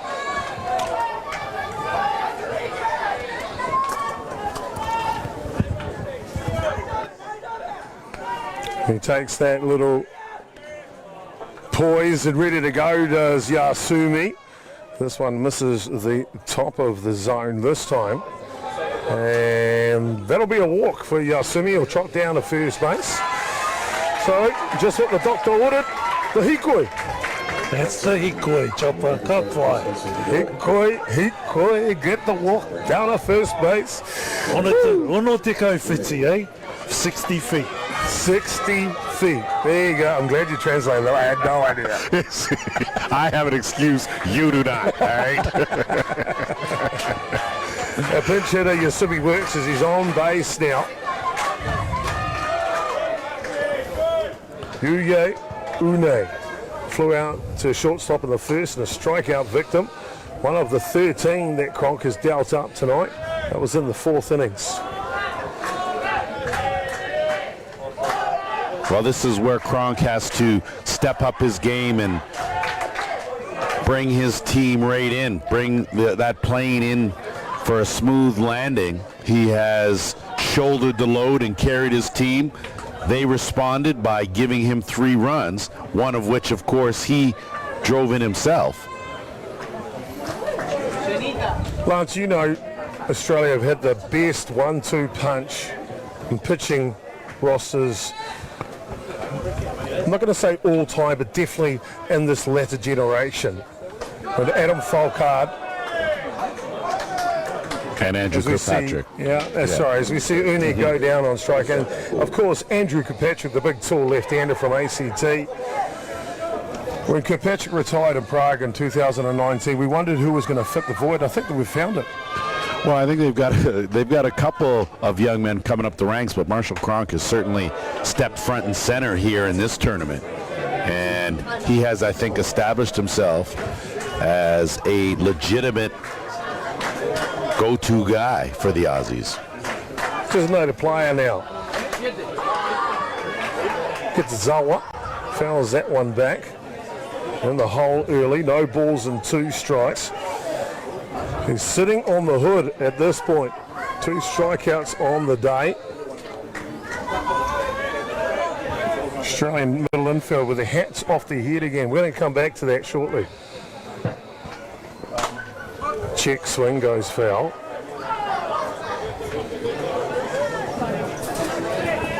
Lance, we haven't had a chance to talk to the Australians, but we've seen both middle infielders take their hats off a fair way from their face. We've seen them normally put their glove in front of their face to disguise them talking to each other. We were talking a little bit off here what we thought could be some of the options. Well, I think as the game's gone on, I think it's pretty clear. The different defensive setups that they're using need to be conveyed throughout the infield. How do you do that? So I'm not sure if they have any signs in their hat, but I know for sure they're talking. And that's key because every batter's a different D. High hit ball to left field. They'll go foul though. Should have mentioned earlier, just because it's 3-0 on the top of the 6 innings and Marshall Cronk's throwing a gem, this game is by far from not over. Japan could run out 3 runs in the blink of an eye. Well, we've seen that. We've seen that yesterday, and we've seen that earlier today. Nothing's safe. The parity that is in these 6 top teams means if you don't bring it, you can lose to any of the other 5.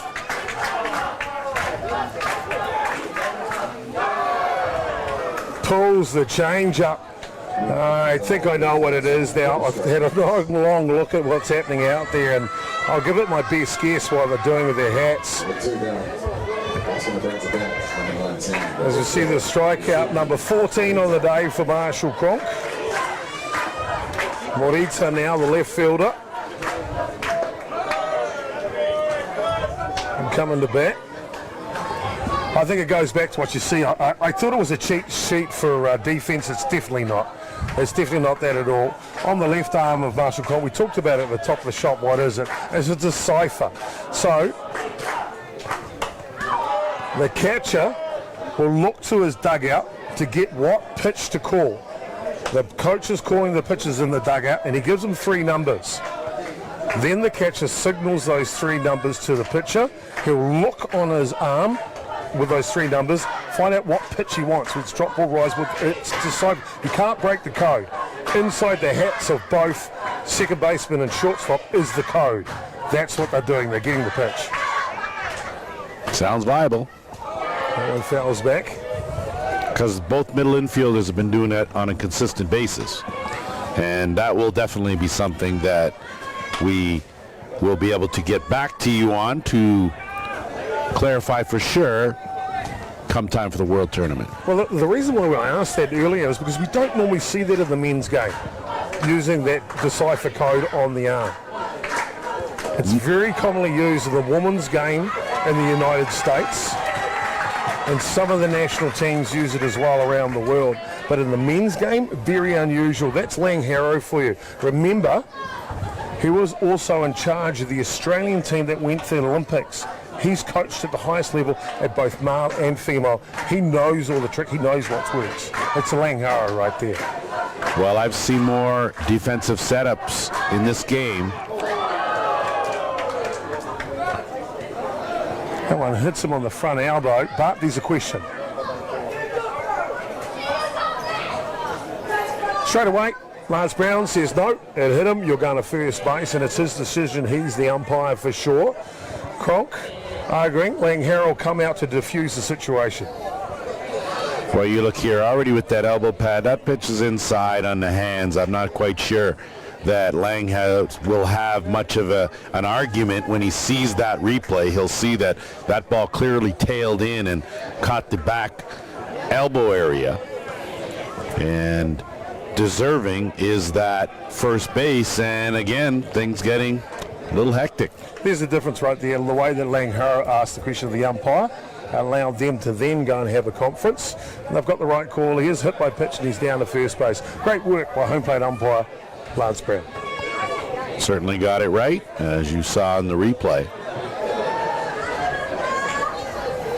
So tidy up home plate as well as look after the calls. He's doing it all out there, Lance Brown, one of New Zealand's finest. And we talk about mahi tahi, you know, the teams working together. You just saw a really great example of mahi tahi with our kaua, our umpires. Mahi tahi. Working together. Well, Japan will need to work together here to break that decipher that's on the arm of Marshall Cronk, and then the other one, the other arm, the right one, that's thrown all of these 14 strikeouts. 2 outs here, 2 runners on. Can they do it? Hamamoto has an opportunity. Flares that one away.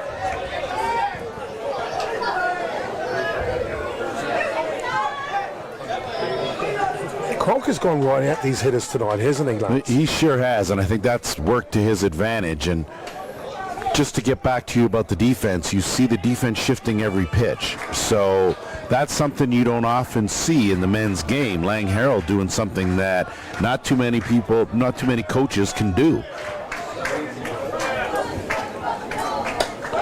Good morning, good afternoon, good night.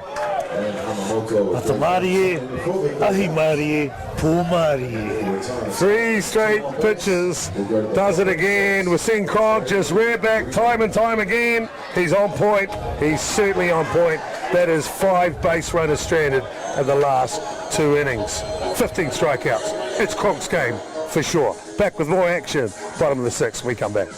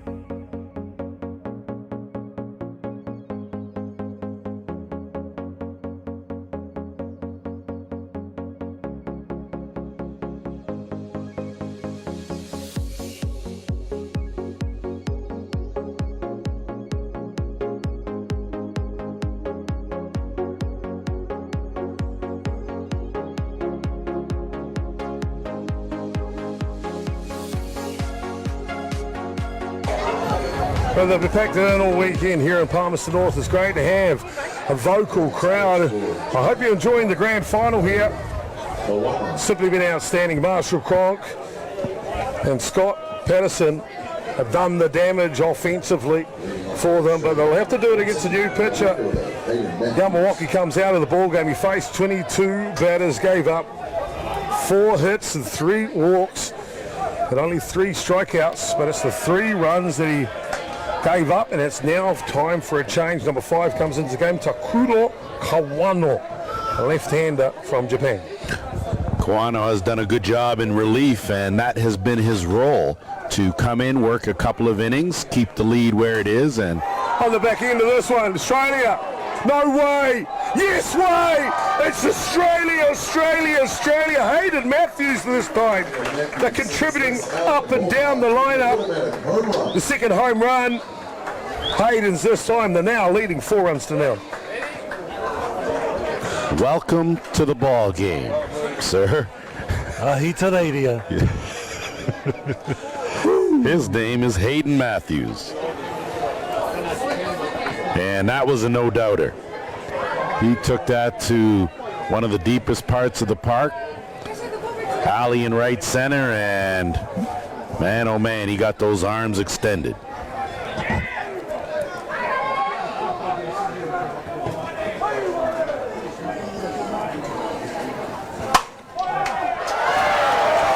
Defensive gem at third base.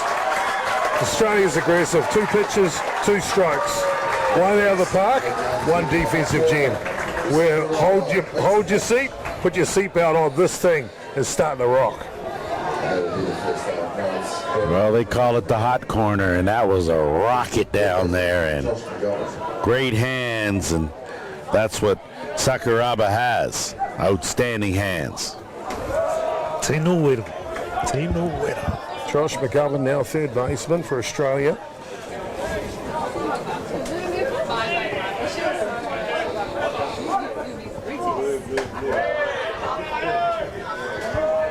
Ball comes inside. Finally a batter who takes a pitch from Australia here in the top of the, in the bottom of the sixth innings. They've just tried to jump straight on Colquhoun. Tries to change up or drop all the dips away. Can't get that in the zone. Tell you, Chopper, if Australia can hang on and they look like they're in a good position here, you can expect heading into that World Cup that defensive setups there may be used by some other teams in order to defend Japan, and that's part of these warm-up tournaments and their benefits. Definitely the benefit for sure. Walk issued to McGovern down to first base. Australia have had a base runner on every single innings except for the fourth. That's impressive against an international side like Japan. Well, they've stayed true to what their game plan was. They were going to be aggressive. They were going to jump on strikes, and they did that against Canada, did the same thing here in the final, and it's worked for them potentially in both occasions. Lance, let's not be mistaken here. This is number 1 in the world versus number 4 in the world. And I know everyone's saying, well, they haven't played much because of COVID. This Australian team is different. Something's changed here. Japan finished second in the last World Cup in 2019. Australia, 7th.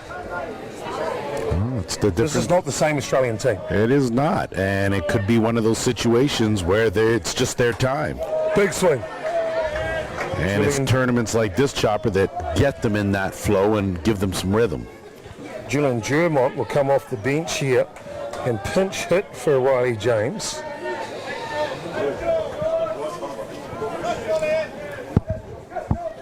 Looking for their time, the Australians.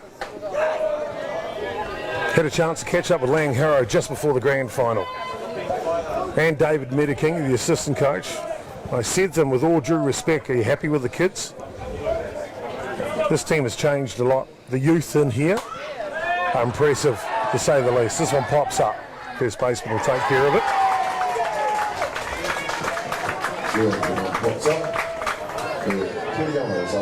The 2 away now. Australia will hand it over to O'Byrne, the second baseman. Flew out to centre field in the second innings, but a solid single to left led off the 5th innings.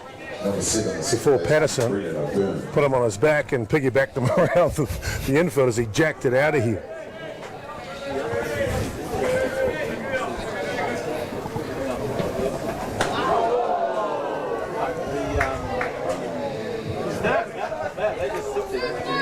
In the bottom of the first, and a walk in the third, and of course the 2-run shot we just finished talking about, that was in the 5th.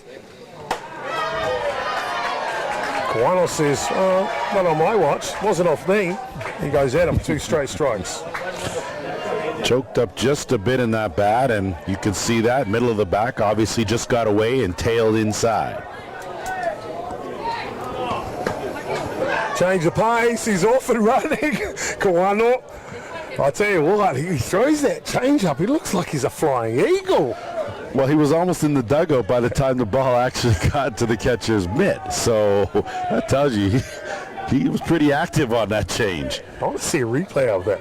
When he throws the change up, it all flies out. I mean, every pitch is different. Drop ball hard and inside.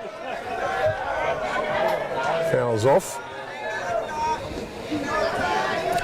There you are. It's a flying eagle. Go and see it again.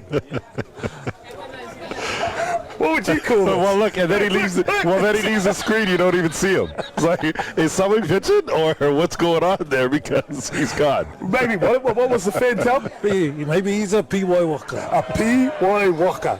The New Zealand Fantail. Well, that's the Japanese version out there today in Colquhoun for sure. Boy, oh boy, we've been treated to a great grand final here. Bottom of the 6th, Australia leading 4-0, and it's got a little bit of everything.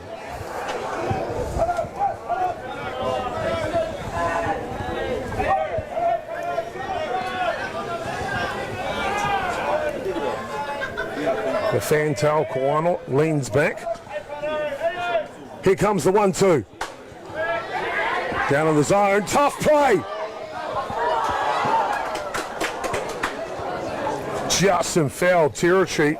Gotta say though, Lance, a little hard to see from my advantage point, but it looked like the second baseman almost collided into the fence. But what an effort. He left his feet to try to get that ball and dove there. Didn't have a whole lot of room when he left his feet between himself and the fence. And Yashumi gave it everything he could. Unfortunately, just couldn't come up with it. But that is one maximum effort that he gave to try and get that ball. Very impressive indeed. 1-2 the count now on Patterson, choking up on that bat again.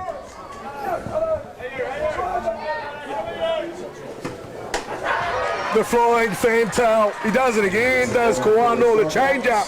It's a beauty. And it nullifies the threat. Australia. Boy, you know what? I'm just impressed. Hayden Matthews, he's impressive. Gives them the insurance run they need. Top of the 7, we come back. Marshall Cronk, 3 outs away from the first victory in the Tradestaff International Invitational Series.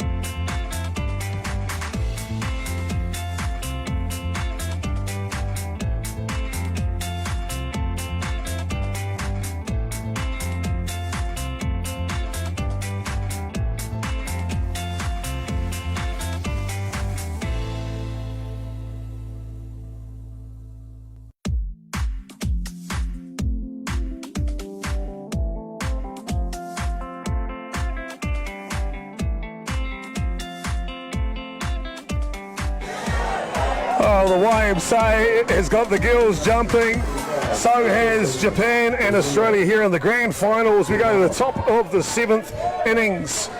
And I tell you what, this has had a little bit of everything. The PY Waka from Japan. The Queenslander on the hill for Australia in Cronk. And he's got an opportunity here for a famous one. 4-0 they lead at this point. Top of the 7th. If they get 3 outs here, it is game over. Don't go anywhere at the end of the game.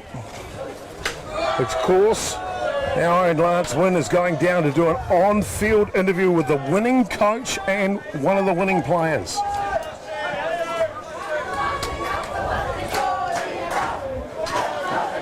We'll bring you that. Who will that be? We'll find out. We'll find out in a moment. Well, maybe not. It could take a while because Japan never give up in these situations, do they, Lance? No, you never say die with Japan. You never pack it in early because they never give up. They will keep going until the last out.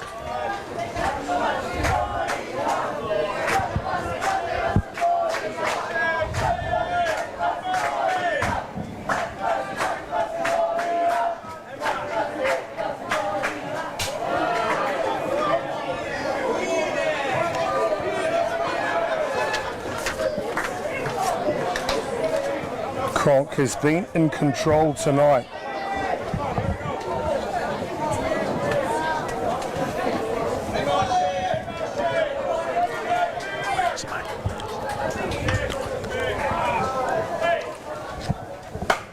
Hard hit ball, what a play! What a play! Defensively on both sides, they've been amazing. O'Byrne, one of the best. That's what you need if you're Marshall Cronk. Defense like that behind you, and boy, That's hands right there. Full extension on that as that ball has hit a ton, and boy, give some credit where credit is due as O'Byrne, one of the good hands people. Hard hit ball, this is trouble. It's over the head. Japan with an opportunity now to stand up double for Sei Koroiwa. Never say die, Chopper, never say die. They will not stop until the final third out. Tamatu, tamanoho, tamanoho, noho tamamate. Gentlemen. And the translation there is, it's do or die right now. It's do or die right now. We've seen the defensive alignment from Australia being unusual all night. Here's another one again. It's worked well for them. It's applied pressure that Japan haven't seen. Normally you'll have the second baseman up in the situation. They're going the other side and a different location of the pitch. Can Cronk and the Australian defence, designed by Lang Harrow, get him across the line? Rise ball. He'll check it. No, he didn't.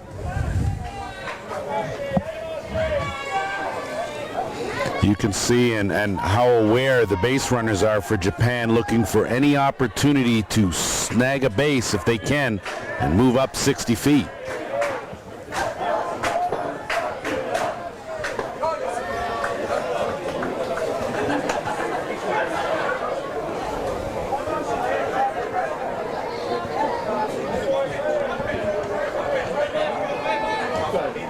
Marshall Cronk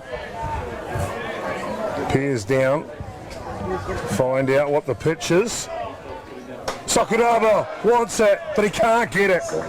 Cronk again, simply outstanding. 15 strikeouts on the day, and he's been through the order 3 complete times. Kataoka, he wished Marshall Cronk wasn't here today. 3 straight strikeouts, first, third and fifth innings. He's the only thing standing in front of a famous victory for Australia here tonight in the very first Tradestaff International Invitational Series.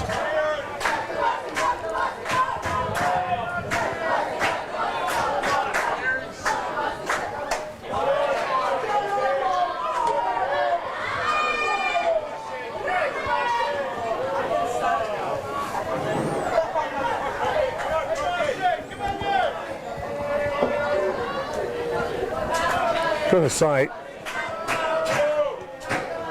hard hit ball. Is this the one? Is this the one? Yes, it is! Marshall Cronk takes Australia to the highlight zone.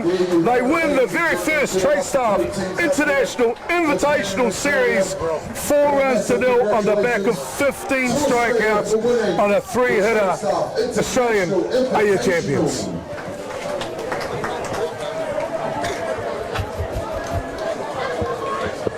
Give Australia some credit. They had themselves one fine championship Sunday. They saved the best for last, put together 2 outstanding games and knocking off the 3rd seed in Canada, and then coming and taking down number 2 Japan. If this tournament counts toward the rankings, expect the Aussies to move up a couple of spots. The P.Y. Walker, the Hikoi, the grand final for 2022 here in Colquhoun Ballpark, Wiremu Tamaki. What do you think we had? Well, we just had a kirunga, kiraro, kiwaho for the final out, and a victorious win for the Australian team, the Ahitareiria team, who've come here and demonstrated that mahitai, you work together, the hakoa he iti he paunama, you do all those little things. You know, Kataya na victory. See, you get the treats. Do the mahi, you get the treats. Do the mahi, get the treats. Japan, the gentlemen, look at them. As Australia applauds the crowd and behind them, Japan will bow and thank them for their attendance, their attention. Japan are like that whether they win or lose. I tell you what, for me, Lance, Japan, there's something about them that just warms me to them. Well, it should, because the sportsmanship, their work ethic, the way they treat the game, the way they play the game is nothing but an honor and a privilege to watch. You don't see them upset and sulking when they lose. You never see them going over the top when they win, and that's one of the great things about Japan. Well, simply amazing. Your takeaways, Australian are victorious, 4-0. How did it happen, Wiremu? How did it happen? With a lot of coming together and doing a lot of mahi, doing the little things in our sport that bring things together and create the runs, manufactured runs, and then on top of that, some home runs. So guys just working together and just really achieving the goal that they wanted to be successful here tonight, and they were successful, absolutely. Well, and you know as well as I do that when it comes to teamwork, there is no substitute for it, and in order to win a team game, that's what you have to have, and I think that's what the Australians did, not just today, but on day 1 and 2 as well. And you mentioned just that teamwork, and for us, for our culture, it's about whakawhanaungatanga and whānau. That's right there. Fantastic. Grand final all wrapped up on a bow. 4-0. It's Australian leads and wins. We're going to go straight down to the prize giving in front of us. I wonder who the MVP is going to be on it. We'll cross to the ground announcer. We'll be back with you after the prize giving.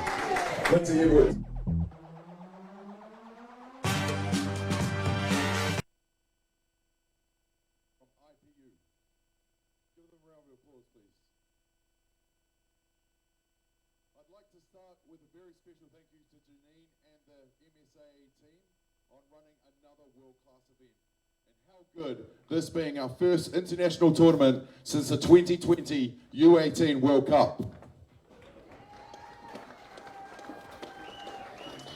The weather has proved challenging, but through your tenacity and commitment to all competing teams, you have made the Tradestaff International Invitational Series a success. Thank you to all our officials. Lil and Lindsay, your teams have done you proud. The vision for this event was twofold: to create an environment allowing the Golden Homes Black Sox and our international competitors an opportunity to prepare for the World Cup, and 2, create a product to showcase the men's game that can deliver across the globe. Through the support of everyone involved in this event, we believe we have achieved both objectives. Thank you. And lastly, a big thank you to Tradestaff, Whakaata Māori TV, Palmerston North City Council for their ongoing support of softball and our national events. Now, let's hand out some awards. To hand out the award for the runners-up, from IPU, Ralph Shepherd. Ladies and gentlemen, Japan.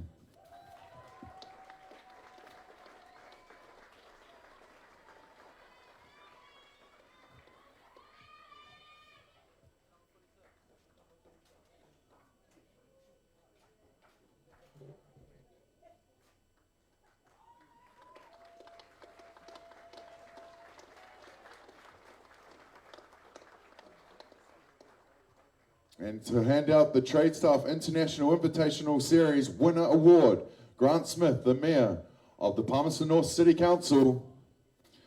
Put your hands together for Australia.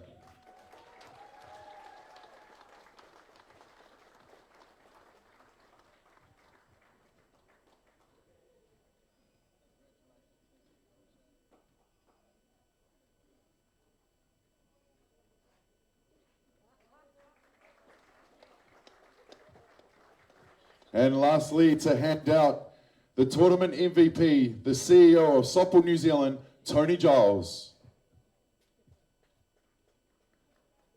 And the MVP for the Tradestaff International Invitational Series from Australia, Marshall Cronk.